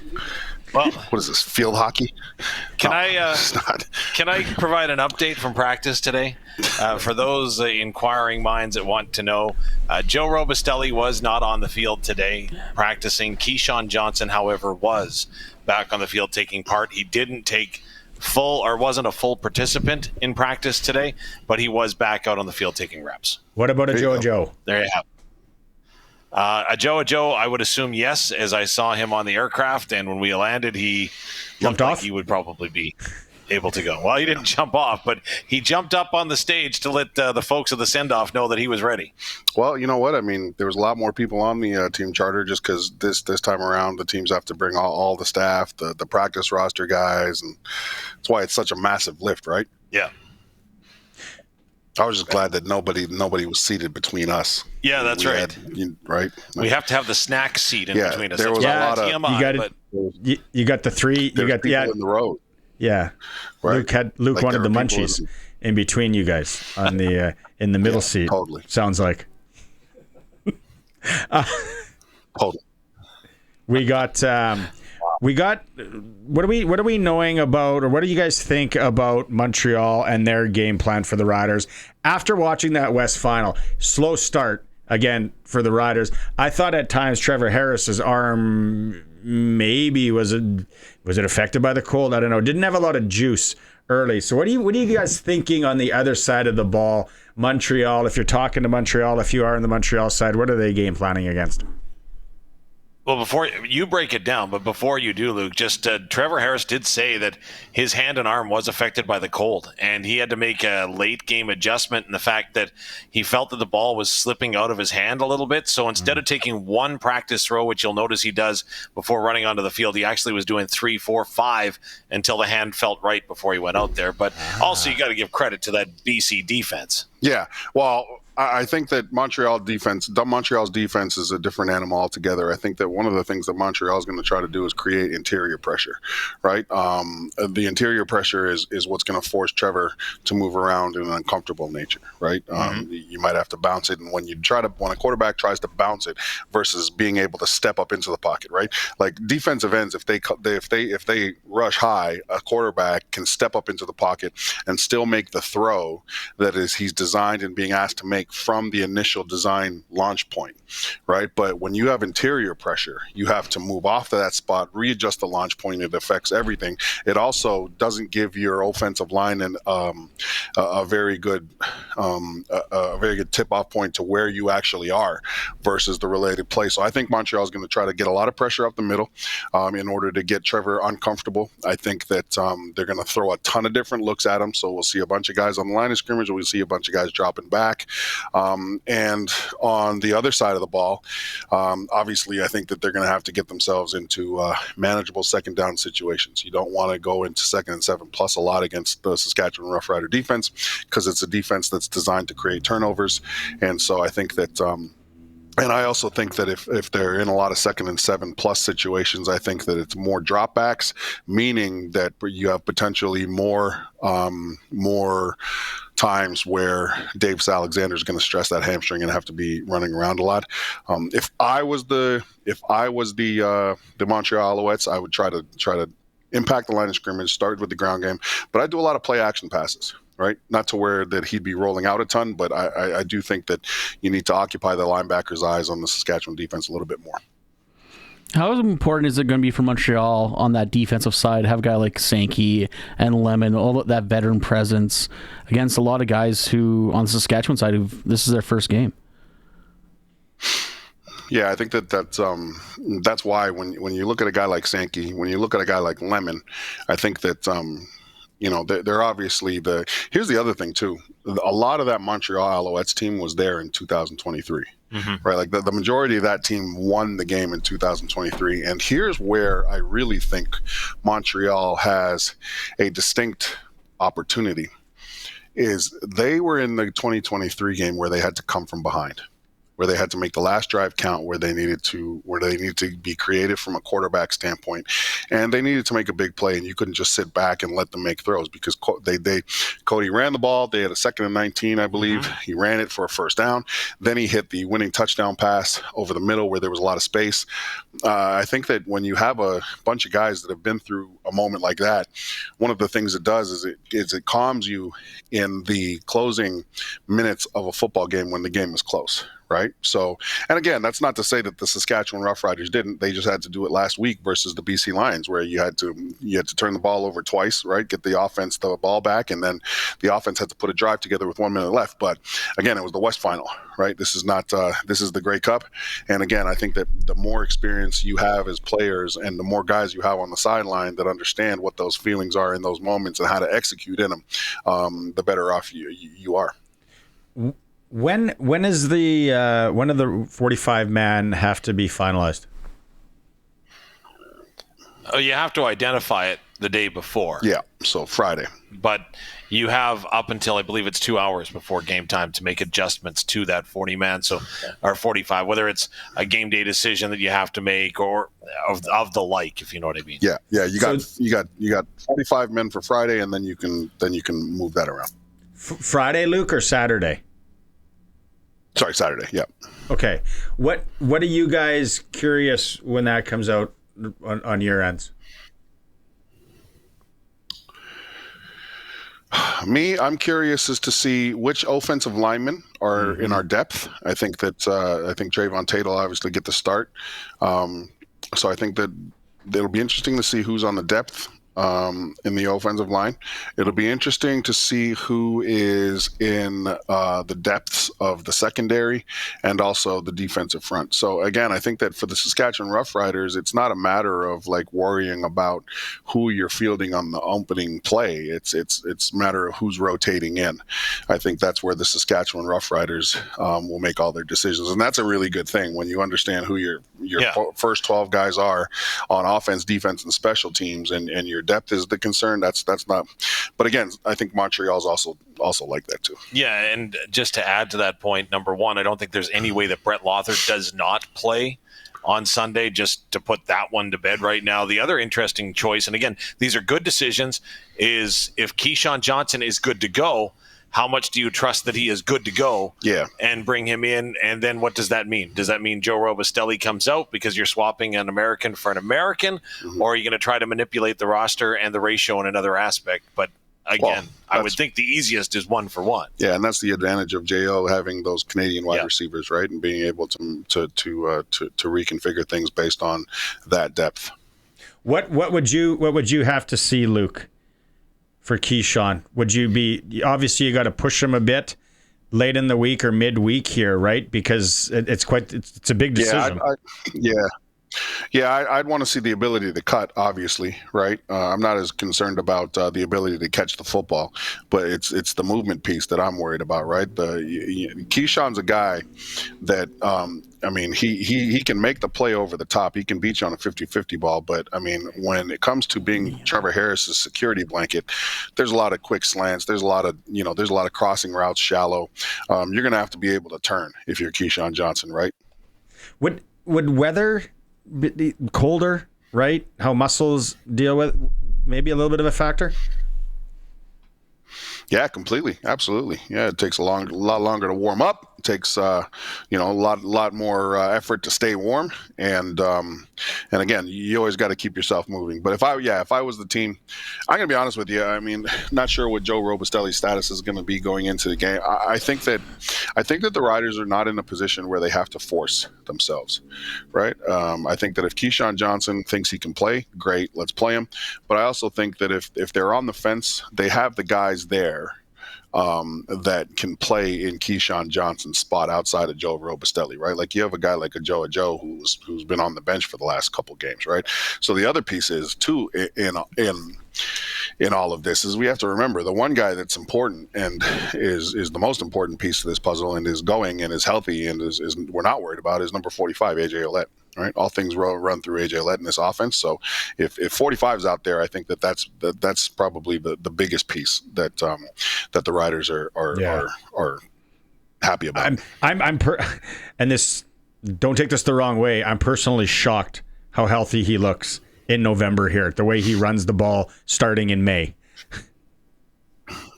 Yeah, totally, right. And then again, I think that it's nice to see him make a mistake last game in the West Final. That fumble, obviously, right. It's just it's something that a veteran running back just takes and puts in the back of his mind, right. And hey, you know what? If I'm jumping in traffic, I better have two hands over the football, right. Like it's great that for me, anytime a veteran player has a moment on the field where it goes down as a minus.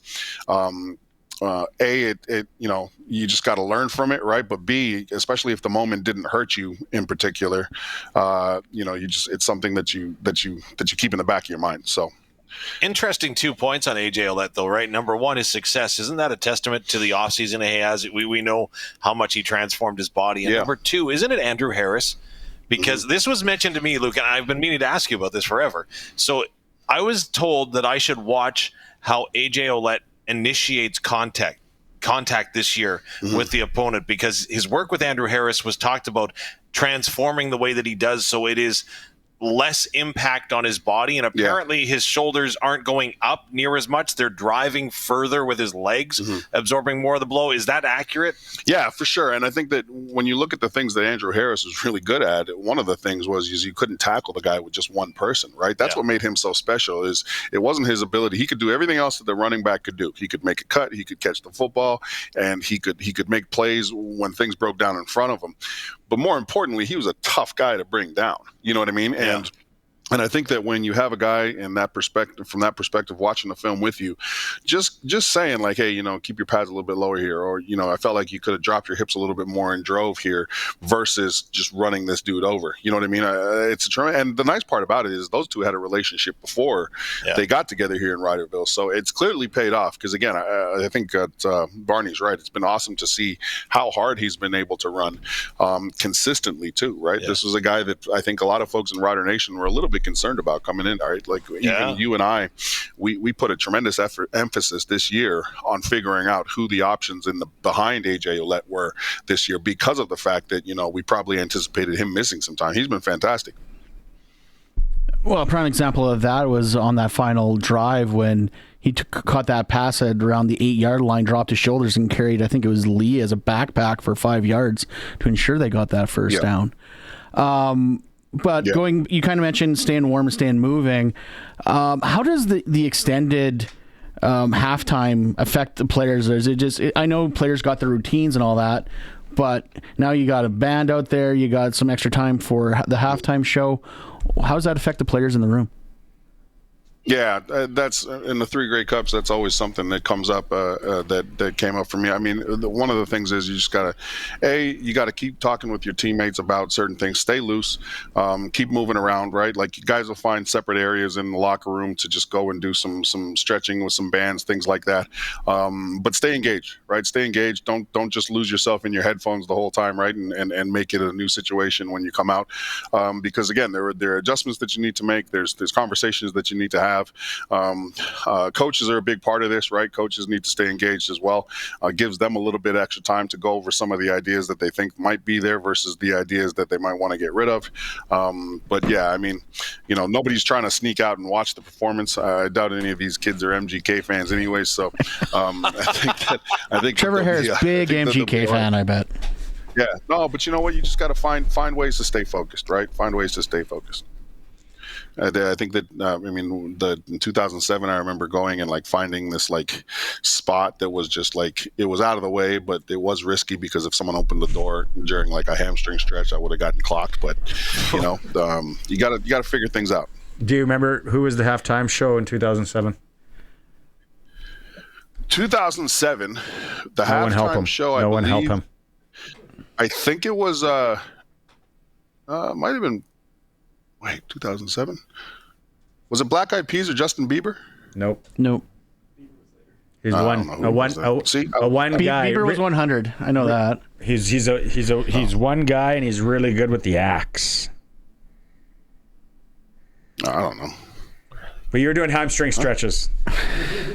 Lenny Kravitz. Yeah, I was right.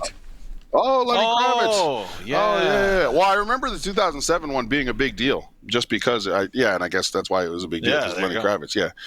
Do you remember who sang? Cool. Do you remember who sang the anthem? Man, I didn't even know. Do you remember who sang the anthem? You're locked in. No. I think these guys should have sang the anthem more. Dave, do you remember? No, you got me. Good Canadian group. They're not together anymore. Our era, Dave. Our high school. Big album, our grade 9 year probably. Rita McNeil and the Men of the Deep. Bare Naked Ladies? Yeah. Oh. There you go. I was say Sharon Lois and Graham. I'm like, no. Yeah. But those are things that you don't notice, right? Like you're so locked into the game, you don't care who's singing the national. Bare Naked Ladies. You know what I mean? Yeah, I don't even remember that. Bare Naked Ladies. That's what I said. Oh no, I said that for the halftime show. Yeah. They were the anthem. No, it's good. Okay, what do you guys got on? What are you guys doing tonight? Make us all jealous that we're not in Winnipeg. Oh man, we're going. We got the media party today. That's right after our trip to the library, though. We're going to the library. Yeah, I'm going to the library. We're going to read some books tonight. Yeah, lots of books. Definitely not drinking any beer. Munchies at the library. I got it. We've got the media thing. The TSN, they throw this media sort of mixer every single Grey Cup, right? And actually, this is the 10th year of it, and it's back in the place where they threw it the first time. But my advice to Dave is that we go eat dinner prior to going to this, because all of the cheap media use that party as dinner, right? Because it's the free food. You know what I mean? So they go for dinner. So if we're going, right? We're going to go, but we'll be full, so we won't need the appetizers. We can actually do what the thing's meant for is hang out and chat with obviously all the stakeholders from the Canadian Football League. Oh, right? Yeah. Justifying that expense report, obviously. Exactly. Take that. Case in point. Every last cent. Case in point. I don't know. Case in point. Do we have time to tell the story? Yeah. Dave. So we were at St. Louis. Just don't say which outlet. Why not? That's the funniest part. Okay, you do what you do. All right. So Dave is on my left. We are at All You Can Eat Wings. Which I could St. not Louis, keep up with. Okay. Which was awesome. It was good. Dave had the garlic prawn, or his second serving was the garlic parm. My second serving was the hot honey. My first serving was the salt and pepper. What was your first Buffalo serving? Ranch. Buffalo Ranch. There you go. So me and Dave, we're getting down. Okay. These two gentlemen pull up to Dave's side on his left now. Yeah. Okay. And they start eating. Dave, what did they do though? So when they went to place their order, they asked if so two media members asked if they could share an all-you-could-eat wings night order, and they had to no. Sorry, sir, it's one. They customer. literally asked if they could share an all-you-can-eat wings deal. So I won't mention the company that did this. No. But I'll give you an option. Okay. No, okay. Okay, go ahead. CBC, BBC, or Sky Sports. Which one do you think it was? who went and asked to share the all-you-can-eat wings? Yeah. That is why me and Dave were eating dinner before this media party. Because it sounds. Hey, remember, you know where you go for? Where did I tell you to go for supper one of these nights? Oh, yeah, Barney, I'm not going there. I'm not going there, Barney. I'm not going there. You guys are crazy. Yeah, well, I'm not. Okay. Settle down. It's not. I wouldn't send you guys somewhere sketchy. And you know what? That place up. No, trust me, it's good. Listen. I'm going to be there Thursday night and Friday night next week. I agree with you. It does look good. It looks like, but I just don't. I don't trust the surroundings. Is it by my Airbnb? Yeah, probably. No.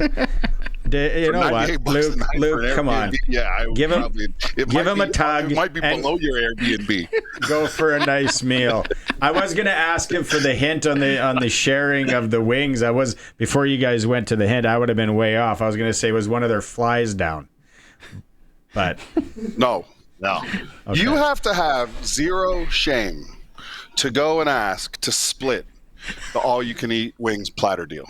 Clueless. You got to be absolutely clueless with how society works. You have to have no pride. You have no pride and no shame. Two of those things. Did they ask for it to go container? Yeah. What? Did they go container? Well, me and Dave. So listen to this, guys. So listen to this. By the way, etiquette. Me and Dave, we're leaders in this whole restaurant, right? Yeah. We're the leaders here because me and Dave get to the point where we've had a lot of wings, but we also know that we probably can't finish another order, right? Yep. So what do? We neglect to order the other wings, but so we tapped out in order to make sure that there was enough food for everybody else there because it was a busy place. Tapped out, sent them our bill. It was a good night. Yep. I expect that we pay for that anyway, Dave. In a roundabout way, the state-run media. Were you guys bellied up to the bar? Yeah. Yeah. Okay. Yeah. I hope you did the Sasky thing and said, "Can we get 3 in a sack to go?" No, we left that to the guys that wanted to split the 24.99 deal. We left that to them. They were the ones that they probably had Tupperware containers under their coats. Yeah. You guys thought you guys would need some road pops. True Sasky, hop in the Uber with 6, maybe 6 in a sack. I don't know. Whatever. All right, boys, we'll catch up tomorrow. You guys have a good night. It's been fun. Good night, everybody. See you later. Luke Mullinder and Dave Thomas live in Winnipeg. No, everybody, like lots of people still texting in and watching, so no one hates us. No, well, that's good. Yeah, that's good. That's classic radio right there. Luke's in the zone. You can tell Luke might let his hair down tonight. I got a feeling Luke might let the old hair down. Okay, if you stayed with us till the end of the program, you're in luck. It's a chance to win. Colson's going to pick Texture of the Day to win these the 6-piece bucket and 2 sides from KFC. But Do you want to go see 3 Days Grace? Coming to the Brandt Center Saturday, April 25th. Special guest, Finger 11 and Royal Tusk. Ooh. 2 tickets to 3 Days Grace at the Brandt Center.